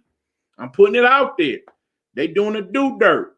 They doing it like, okay, well, yeah, H&R Block gonna charge you such and such. But if I do it, I'm only gonna charge you this as long as you can let me do this and this. These little side hustle deals at these places like H&R Block and Hewitt and those type of places, it's some people out here, they like that, man.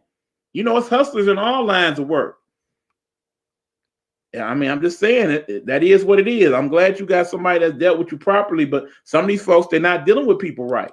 It's the sad fact of the matter, unfortunately. But again, some of the cons of the $15 an hour. Again, the small businesses, they will suffer greatly if they don't make some type of compensation that helps them be able to pay these people that money. Okay, Amy is saying there should be a federal stipend for small business to help pay employees for 15 for the first year. And I'm interested to see if there's something like that in the consideration for the bill. I haven't done a deep dive into that part of it itself. Remember, this bill, much like that last bill, is several thousands of pages long. Remember that last bill that they passed? That thing was some 5,000 pages long. And it had all type of ifs, ands, and little fine writing type and all that. So I'm hoping in that fine print somewhere, they have some things that basically contribute to that. Because in the end, if they don't, then the $15 an hour may not be such a great idea as it is presently written. But I do believe overall it is helpful for those, because remember, the vast majority of Americans, particularly people of color, they are not making that $52,000 plus. They just are not. So this, I feel is a game changer for those folks, because you struggling. If you're making 15, you're struggling a little less. You're still struggling, but you're struggling a little less. Okay, Mitra saying, but they will stop these mom and pop stores from hiring Ray and them who don't want to work. They want to steal from the company. That's one reason why the small businesses lose money. Also true. Also very true. I ran a couple restaurants. I've had to fire several people for that very thing. Walk in the back room, there they is stuffing stuff in their book bag. What you doing, man? Come on now, we can't afford that. If you don't get your stealing butt up out of here, you stupid smurf for you. Stan saying, what Smurf E, folks shouldn't be using shade tree tax folks. They know it ain't that he ain't good. You get what you pay for. I handle my business. Hey, I hear that, Stan. Like I said, you got it like that, big bro. Some of these folks, they just want that money. And they want as much of it as they can. So if these people selling them a dream, they sure enough buying it. They want the money. That's all they care about. Tax. I call it tax baller season around here because people act real different when their tax money start rolling in. They get to doing stuff and going places. They live in Hound the Hog, buying all the lobster tails and steaks at the restaurant and hitting up Walmart, getting all the big screens and all of that. They be balling. Amy saying, honestly, it's hard enough to hire people in restaurants. I can't imagine trying to do it after the wages go up. Well, see, that's the thing, Amy. I think it would be better for some places in terms of the quality of people that they would be able to hire because, again, I feel like a lot of these places, they lose their employees because in the end, you start out working there and, business not going quite so well. Because remember, post-pandemic, some of these businesses, the small ones, it's going to take a time for them to roll back up and amp back things up to normal. So that being said, you can work there and start working and only get like 20 hours, making that $725 or so. But then, of course, Amazon still hiring up the wazoo, and they hiring at 15 already. Remember, it don't affect them so much because they already hiring people at $15 an hour. That was part of the thinking that Target had when they moved up their starting rate to $15 an hour. They knew that somewhere down the line this was going to happen. So it don't affect their bottom line as much. If you already making 15, this don't apply to you. I mean, it should, mind you. If $15 hours minimum wage and you make 15, that should boost you up a little bit. But some people, they're not going to account for that. They were like, you already make 15. Tough noogies. Let's see. Amy saying the hospital industry is notorious for exploiting people with their wages. There has to be a fundamental shift before things can function with 15. True. Let's see. This is Stan, right? Yeah, Stan saying, yeah, that tax comes with that tax comes them driving a new Chevy Cavalier. Then 2 months later, they walk in talking about my car got jacked. Or I don't need no car. We all see it. Yeah, Stan ain't lying.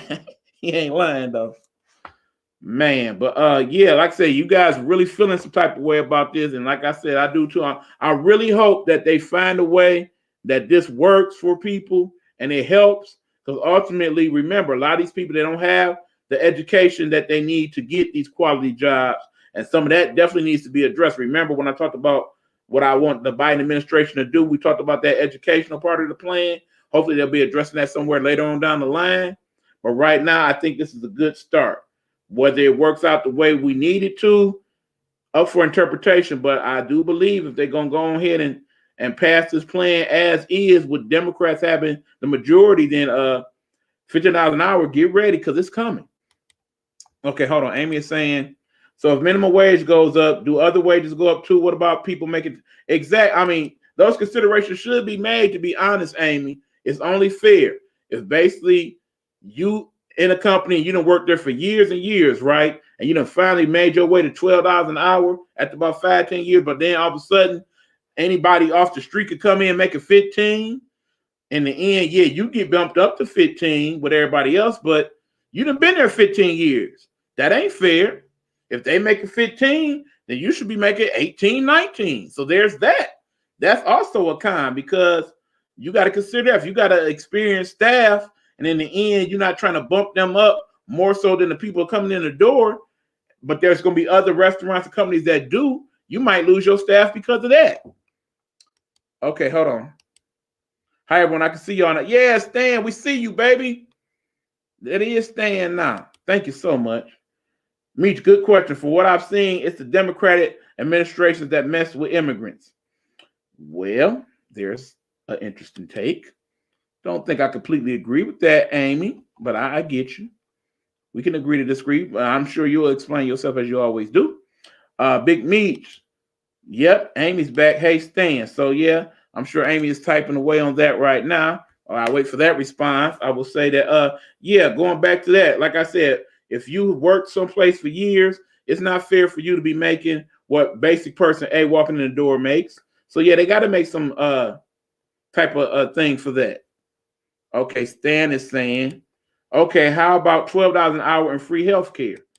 Now, again, that's something that's being worked on. I don't know if they worked on it so much with this bill, but you already know that he wants to adjust the Affordable Care Act that we know as Obamacare. Bottom line, I agree with Bernie Sanders. I will say that every time.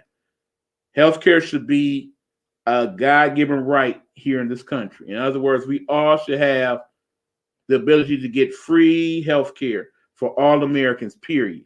And I don't want to hear about we can't afford to pay for it and this and that and trillions of dollars.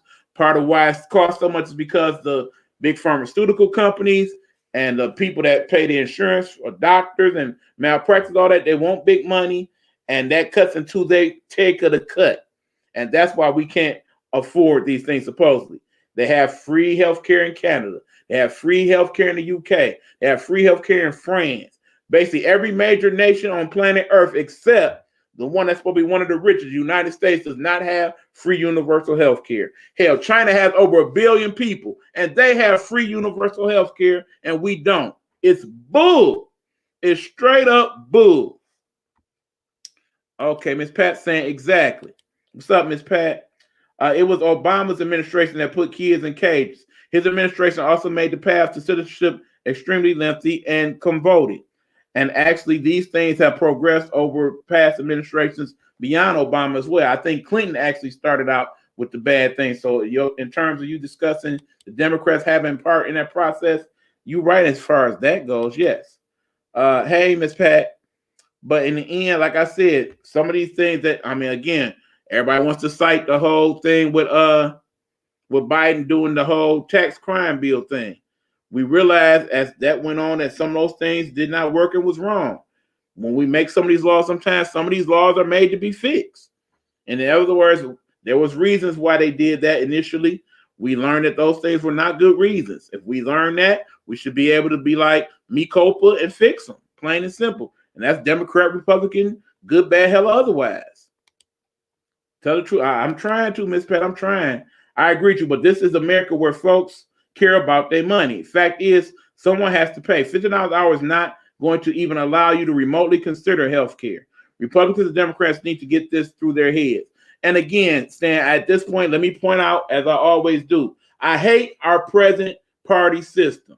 You should not have to vote based on what party you are affiliated with. There are several people, even now, as we talk about next week when we go into the whole discussion about the impeachment trial, they know what that man did was wrong as hell. Plain and simple. If it wasn't for certain factors, some of those people wouldn't be there to vote yay or nay because they would be dead. Some of them riot people, they was trying to kidnap and kill everything in there. Republican, Democrat, otherwise. They was trying to completely overthrow the government, period. They did not care if you was Democrat, Republican, or other. They was looking for some of all of y'all to string you up. Remember, Mike Pence, the vice president, they wanted to string him up. And he's supposed to be Trump's right-hand man. Bottom line, you should be able to vote your conscience once you get in office. Period. You should be able to vote for what's best for your constituency, whether it goes against the Republicans, Democrat, or otherwise.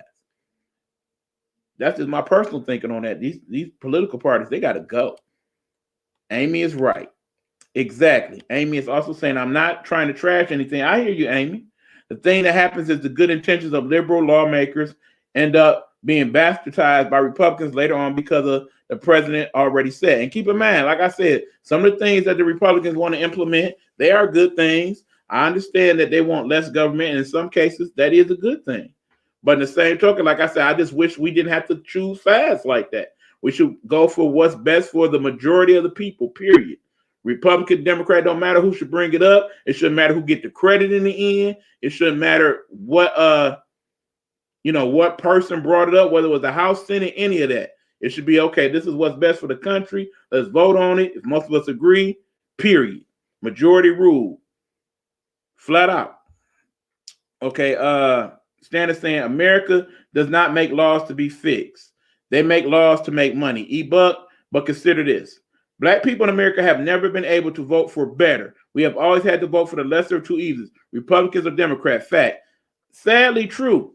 Sadly, like I said, it's bad that we have to choose one or another to get things remotely done. And in the end, we don't always get done what we want done.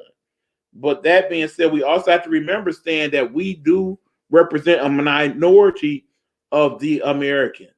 In other words, 70% of America is not us. They are not people of color. We are in the minority.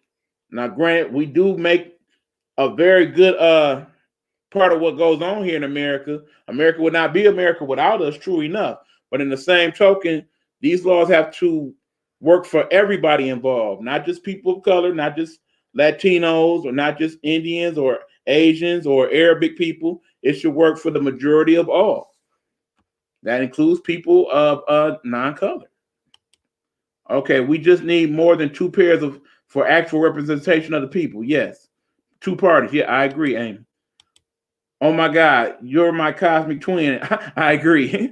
Puerto Rico doesn't have representation, and yeah, there's that, and that will come up sometime soon, Amy. That is on the books to be put to a vote.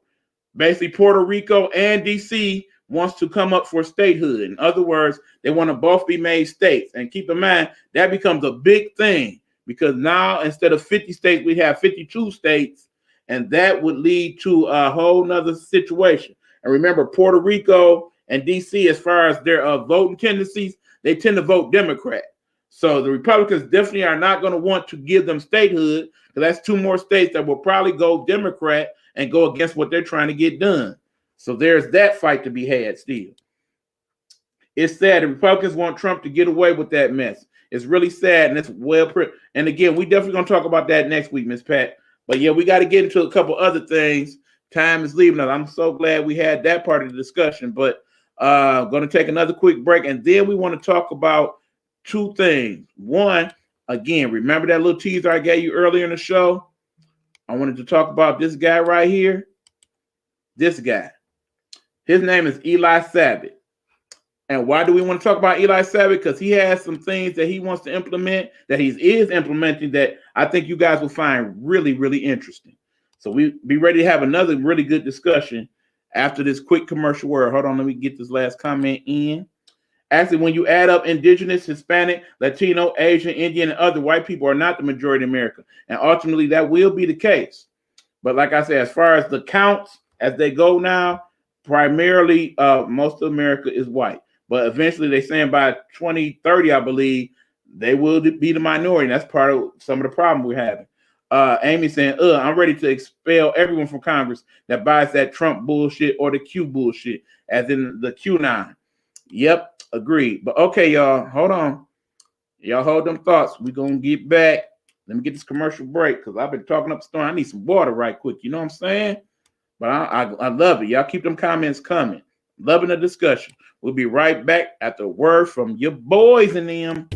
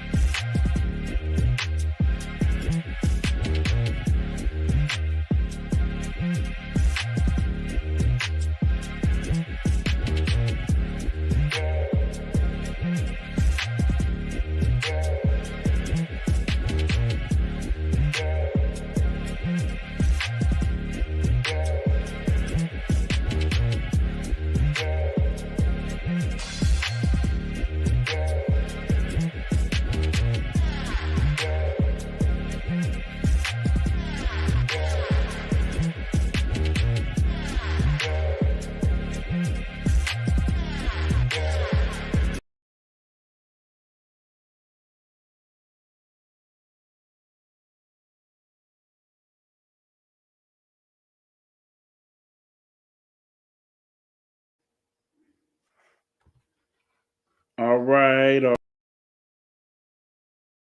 Hold on. Let me move Mr. Sabbath out the way for a minute so I can talk to y'all. That guy right there is Eli Sabbath. And right now we're going to talk about him changing the structure. Keep in mind, who is Eli Sabbath? He actually is the Washington County prosecutor. the newly elected prosecutor. And we're going to talk about some of the things that he wants to implement. $5 to the swear job. Did I swear? Oh, yep, I did. You got me. I didn't say Smurf instead of BS. Yep. I owe $5. You tricked me, Amy. For real. I like that picture of me too, Miss Pat. I really do. But okay, let's talk about Mr. Eli Sabbath. Eli Sabbath is the Washington County prosecutor here in Michigan. And one of the things that he has ran on and is starting to implement is he wants to have less paperwork and less court time for certain offenses. In other words, he wants to make it to where they decriminalize or basically just throw out certain cases, period, in terms of what they want to prosecute, because they don't want to waste the taxpayers' money on such things. Now, the thing is, some of the things he's talking about doing it for, that's where the conversation comes in. For example, pull out my handy notes here.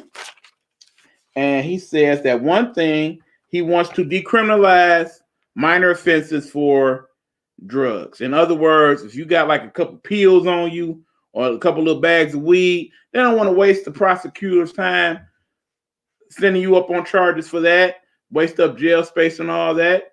Basically, they want to do something to where if you get caught with that stuff, little slap on the wrist, quick little fine, get on out the way. We ain't got time to be having court cases for stuff like that. We got more pertinent crimes that need to be dealt with.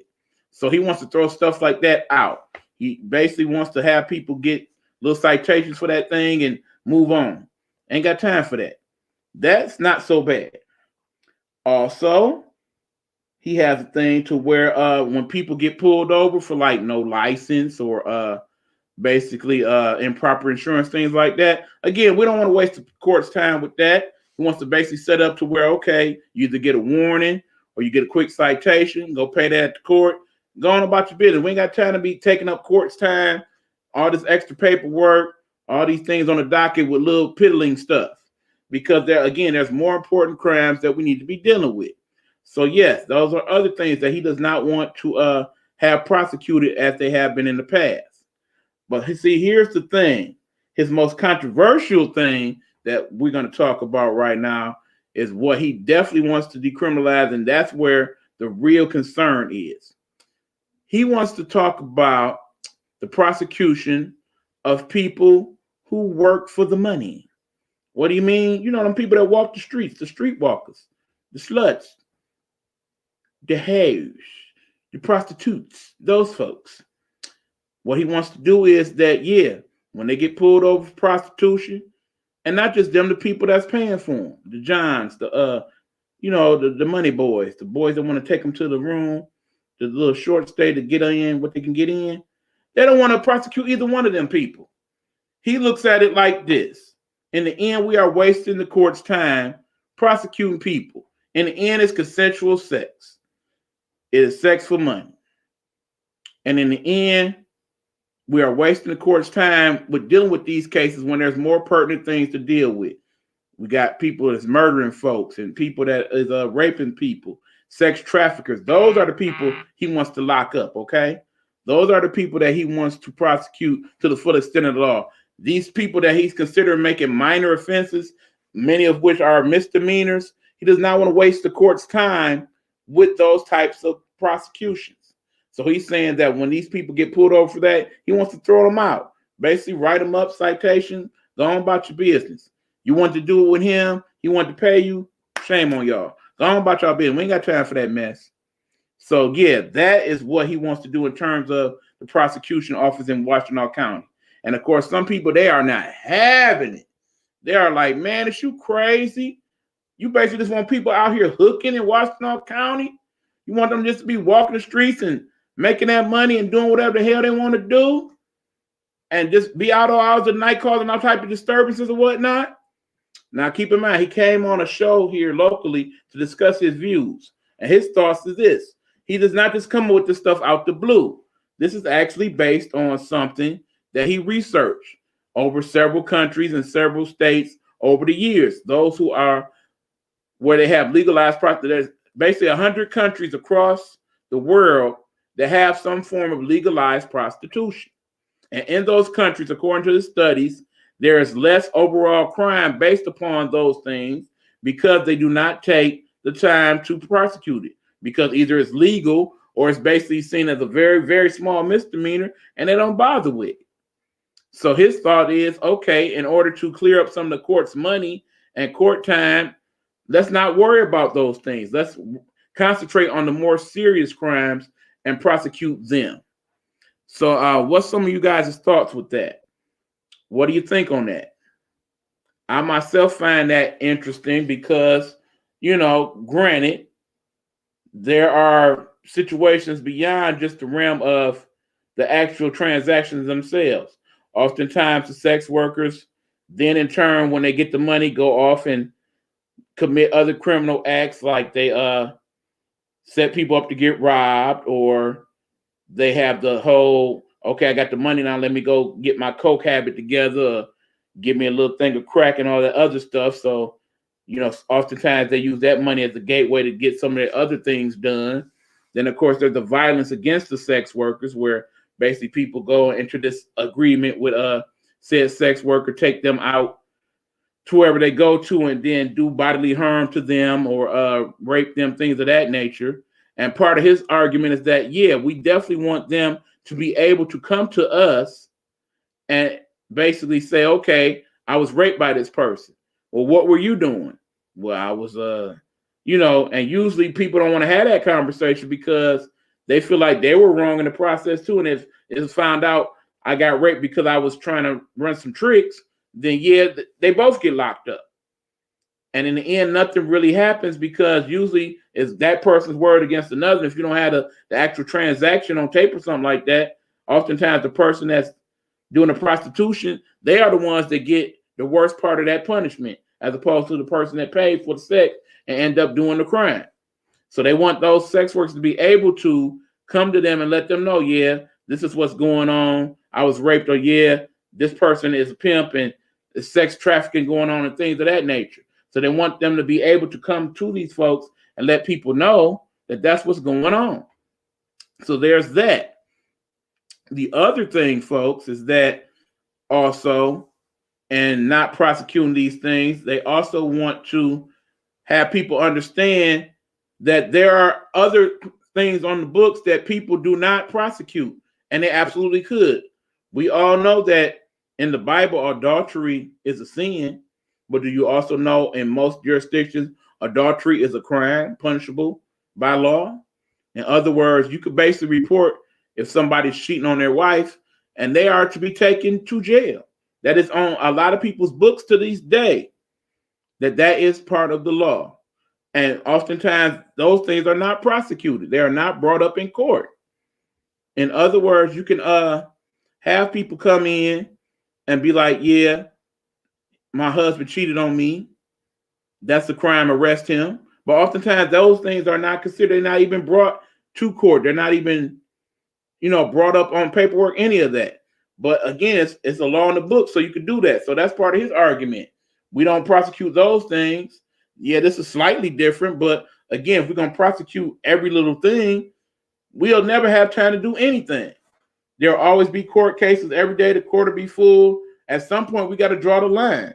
So his thing is, let's draw the line with this. Now, are you guys still here? I'm getting 0 comments now. I'm wondering if we have a Facebook issue or not. Everything appears to be running okay. Or maybe the crowd just left me for the day. I don't know. Well, that's my opinion on it. I think that, some of the things that he is trying to work out is a good thing. But ultimately, these are things that he must consider in order to install what he wants to get done in Washington County. And perhaps other people, okay, Liz saying she's still here. Good. And perhaps other people, as they look at some of the things he wants to implement, they may implement them into some of their counties as well. It may be to the advantage, because in the end, like I said, a lot of these court cases that are going on right now, they should be thrown out. In the end, you know what it is. It should be like, okay, time served, or here's $50, go on about your business, because it's taking up a lot of taxpayer time and dollars dealing with this stuff, when in the end, these are simple things that can be resolved with a quick ticket or a quick citation, as opposed to having full court case, have people sitting in jails for weeks at a time, getting COVID, taking up taxpayer dollars, feeding them, clothing them, make sure they safe and all that stuff. So I kind of get what his thought process is. But in the end, these are things we should consider, folks. Absolutely. Jojo, what's going up, guy? Glad you could pop in with us for a minute. But anyway, unfortunately, Jojo, you'd have missed most of the show. I'm about to shut it down soon. But of course, before I do, I got to thank all my player partners in the Nighthawk Network. Got to go there. So let's quickly get into that on our way out the door, folks. Again, as you know, the Nighthawk Network, Our Voices, Our People, includes my brilliant show here, Get Off My Lawn Live. We also will have my show tomorrow. We know that show to be Game Time Audible. That's that one right there running down there at the bottom with my guy, the sports guru, Hugh Lee. Shout out to you if you're in the room or you catch this later on, Hugh. Also, we have other brilliant shows like Hey Bitches with Helena Hologram that will air at 9 p.m. on Monday nights. Keep in mind, Helena has just finished season 1 and will soon be going into season 2 after a couple-week hiatus, coming with all type of new forms and stuff for her. Hopefully you guys will enjoy that. Monumental Moment in God's Word with the birthday girl, at least she will be tomorrow, Dr. Marla Facey. Her show is Thursday nights, usually come about 7, 8 o'clock p.m. on Thursday nights. Please check it out. We got Dish and Tea with Big Meech, Aunt Nikki, and Big Red. Now, of course, I would be remiss if I did not mention that here at the Nighthawk Network, we have suffered quite a loss in the last 24 hours. Big Red from Dish and Tea unfortunately had a situation where he has lost one of his children yesterday. So we definitely want to send some prayers and shouts out to my guy, Big Red. You are in our thoughts and prayers. We are so sorry for your loss, my friend. And it's still bothering me at this moment. So I can only imagine. No, I actually couldn't imagine how you feel to actually lose somebody like that so young in their life. Wasn't even had the opportunity to become a true adult out here, and now they gone. I know you're going through a lot. You know, just know that we here for you, bro, and whatever we can do, whatever comfort we can provide you, feel free to reach out to him. And that goes for Mrs. Red also. If you checking this out, please let him know that we are praying for him, and we really hurting. We really hurting. Hold on. Got a couple people checking here in at the end. Hey, what's going on, TC? Yeah, you late, boo-boo. Show almost over. Thanks for checking in, though. We appreciate you. I'm sure it's a great show. Well, you know, I'm so glad you mentioned that, TC. For those people like you and my guy JoJo who missed parts of the show or most of the show, we got something for you guys. For those of you who missed the show, you can go right here to my YouTube channel. Right there. You see that there? And you're going to look up for that name right there, okay? And when you do so on YouTube, you will look up Eric Buckner, Nighthawk Network Detroit. And hold on, let me move all this so y'all can see everything properly, like. And then you will look for that right there, that little icon to bring it off my lawn so you know it's me. And then you will be able to find all the past episodes of the show when you go to the managed videos. And at that point, you can check out all the past shows you missed. And if you have not already, when you get there and you see something like my Game Time Audible, go ahead and put that like right there on it. And where you see that nice little red subscribe, go and push that button, subscribe. So that way we know that you was in the house and we can get our subscriptions up, because that helps us get to things and get to a wider audience that we are very much trying to reach. So please do us that favor if you can. So if you want to check out the show later on from what you missed, please use that medium to do so. We appreciate it very much. Thank you, thank you, thank you. Okay, got another comment right quick. Can't wait to check it out on YouTube and subscribe. Thank you, JoJo. I appreciate you, brother. I appreciate you so much. You know I do, my man. Call me, JoJo. You know what we need to talk about. Thursday, hit me up. But that being said, folks, let me go and run through the rest of my peoples right quick before I head up out of here. Where we at? Where we stop off at? We was talking about my guys there at Dish and Tea. Shout out to Big Meech, who was in the building. Stan Mason also checked in. Good parts of the show. Stan Mason's Behind the Blue Curtain, Saturday, 11 a.m. Eastern Standard Time. Hold hopefully Stan will have me on the show. I think we talked about that. We will talk about that, and you guys maybe check me out on there sometime soon. You know, he was here a couple weeks ago. I'm sure we'll have him on the show again. Stan is awesome, always an awesome guest host when we have him on. Has some very good information to share with you guys. We also have Let's Talk with Aunt Nikki. Aunt Nikki's hold on now. What I do there? That wasn't supposed to happen. There we go. Let's talk about her interviews, her interview podcast that she does from time to time. We have the Girl Stop podcast. That's an audio podcast with Miss Elena Miller and Letitia Woods Howard. We are looking to have them on the show next month, so you can guys meet them live and in person. They are two excellent women. I definitely want you guys to get to know them. Pastor Sean Love Presents, that you can also find on YouTube. Look up Sean Love and you will find him and some of his ministry, his words of encouragement based on God's word. I enjoy that very much myself. Then we also have my Get Off My Line After Dark edition. We'll be having one of those soon. You know, usually we talk about some deep dive into some adult type stuff. So we usually have those later at night so we can have that discussion while the kids is out there sleeping and whatnot. And then, like I said, we got other shows in the network in the pipeline coming soon to you. I'm really looking forward for you guys to see them and how they build up and transpire. A shout out to my friend, Miss Barbara Grant. If you are watching this either live or later on, shout out to you. Shout out to you, Tasha Maddox. I have something to discuss with you, my friend. If you see this podcast and see that, please get in touch with me. If not, I'll be in touch with you soon to discuss these things. Also want to shout out a couple of my educator friends, Miss Dana. Dana, my birthday twin, born a year before me on November 2nd. Dana Brown, want to shout out you.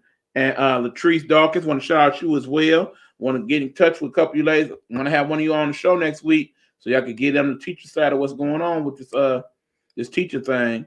And of course, Israel will always point out that his Israel's Room coming soon. We are in the process of working that and making that part of the network.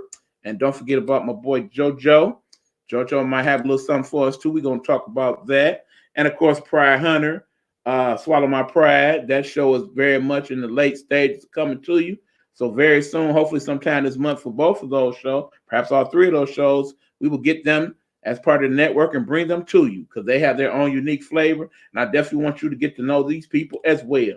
And for those of you who are looking to do some podcasts, we are doing mentorships here at the Nighthawk Network so that we can help you work it out and become part of this grandiose thing that we call the Nighthawk Network, and perhaps have your show be a part of the podcast network as well. Also, those people that are looking to promote their small business or their small business ventures, we are doing promos for you guys. Please get in touch with me. We will have a website soon. We will also have a Gmail for you guys to reach for the Nighthawk Network. We should have that for you sometime next week, actually, so that if you have some information or you want to basically reach out to us, you'll be able to reach out through there. There'll be a business line also soon that you can call in regards to that. So be looking for those things coming up. In the meanwhile, folks, we are about to wrap it up. We do have another show following this one this evening.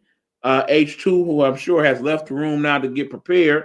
She is doing her boy Derek's, that is doing the H2 remix. That will be coming to you guys at 11. He'll probably address some of the show that hold on, let's see what we got. My brother just accepted my request to join the Nighthawk. Hold on. I think you lost me a little bit. My brother just accepted my request to join the Nighthawk Network. Okay, I think you're talking about me. Is that what? I'm a little confused. Kind of rephrase that a little bit. I think I got what you meant by that. Yeah, we definitely want you to be a part, Israel. We got to get you together, but soon, hopefully, we will have you going. But that being said, folks, like I said, we about to get up out of here. Again, we got your boy Derek, the remix, the Hey Bitches remix, coming to you at 11 o'clock. I'm sure he'll discuss some of the things that we discussed on the show tonight. And he's got a couple of topics of his own. As I recall, one of them is, are you your kids' friend or are you their parent? That is one of the topics he'll be discussing tonight. So tune in for that on the network. Hey, Cousin Tiny, what's going on? Good to see you. Thank you guys for tuning in. I appreciate you. Again, remember, we got Game Time Audible tomorrow at 9 p.m. New time tomorrow, 9 p.m. Please join in. We'll be talking about that Matthew Stafford trade and what went on with the whole heckling thing with LeBron and a few other things. So check that out. Thank you guys for joining us. Thank you all who joined into the comments. Okay, here we go. I sent my brother a request. Oh, okay. Now we got you. Yep. I will definitely be looking for that, Israel. So until next time, thank you so much, Jojo. I appreciate it. I appreciate it so much. You guys be safe. Remember, as my guy Stan Mason always points out, life is not a Trump rally. Please wear your mask. Please stay safe. Remember, you're going to put it on your face, not touch the middle, cross-contaminate. Make sure it fits on there nice and good. See how this is a nice thick mask too? They're saying that we should hit thicker masks now to kind of help with the spread or kind of double up on the smaller mask. So I got this nice thick one that I'm wearing. Plus it's cold outside right now, so that definitely helps as well. So try to find you one like that to keep yourself safe, and don't forget social distance and all the other good things. So we can get to the other side of this thing and we can see y'all again next week. So until next time, folks, thank you so much for joining the show. We love and appreciate you very much. I'm going to leave you guys with one last good news thing. Remember this here? Everybody been posting that meme with Barry, our guy Barry Sanders with the mittens and whatnot. Well, he did some good things off that. He actually has taken some of those memes and made them into T-shirts. And the T-shirts he sold and the money from those shirts he used for various things in his state of Vermont in terms of charities. So like basically he did it to like some of the food banks and that. So basically the profits from those shirts he used to pay for different charities in Vermont. Someone also made this. Have you seen this? Yeah, that's basically the mitten yarn version of Barry Sanders, and that actually sold for over $20,000. Somebody paid $20,000, and that money was also then donated to charity. So there's that. So there's our good news story for the week that we will leave you with. Keep in mind, we still got a long way to go with this COVID thing. Be patient, y'all. Hopefully, we will get there sooner than later. But until next time, y'all, this has been Get Off My Lawn Live. I've been your host, Eric Buckner. Without further ado, we're going to head up out of here. Until next time, y'all, be safe. I will hopefully see you about this time next Tuesday.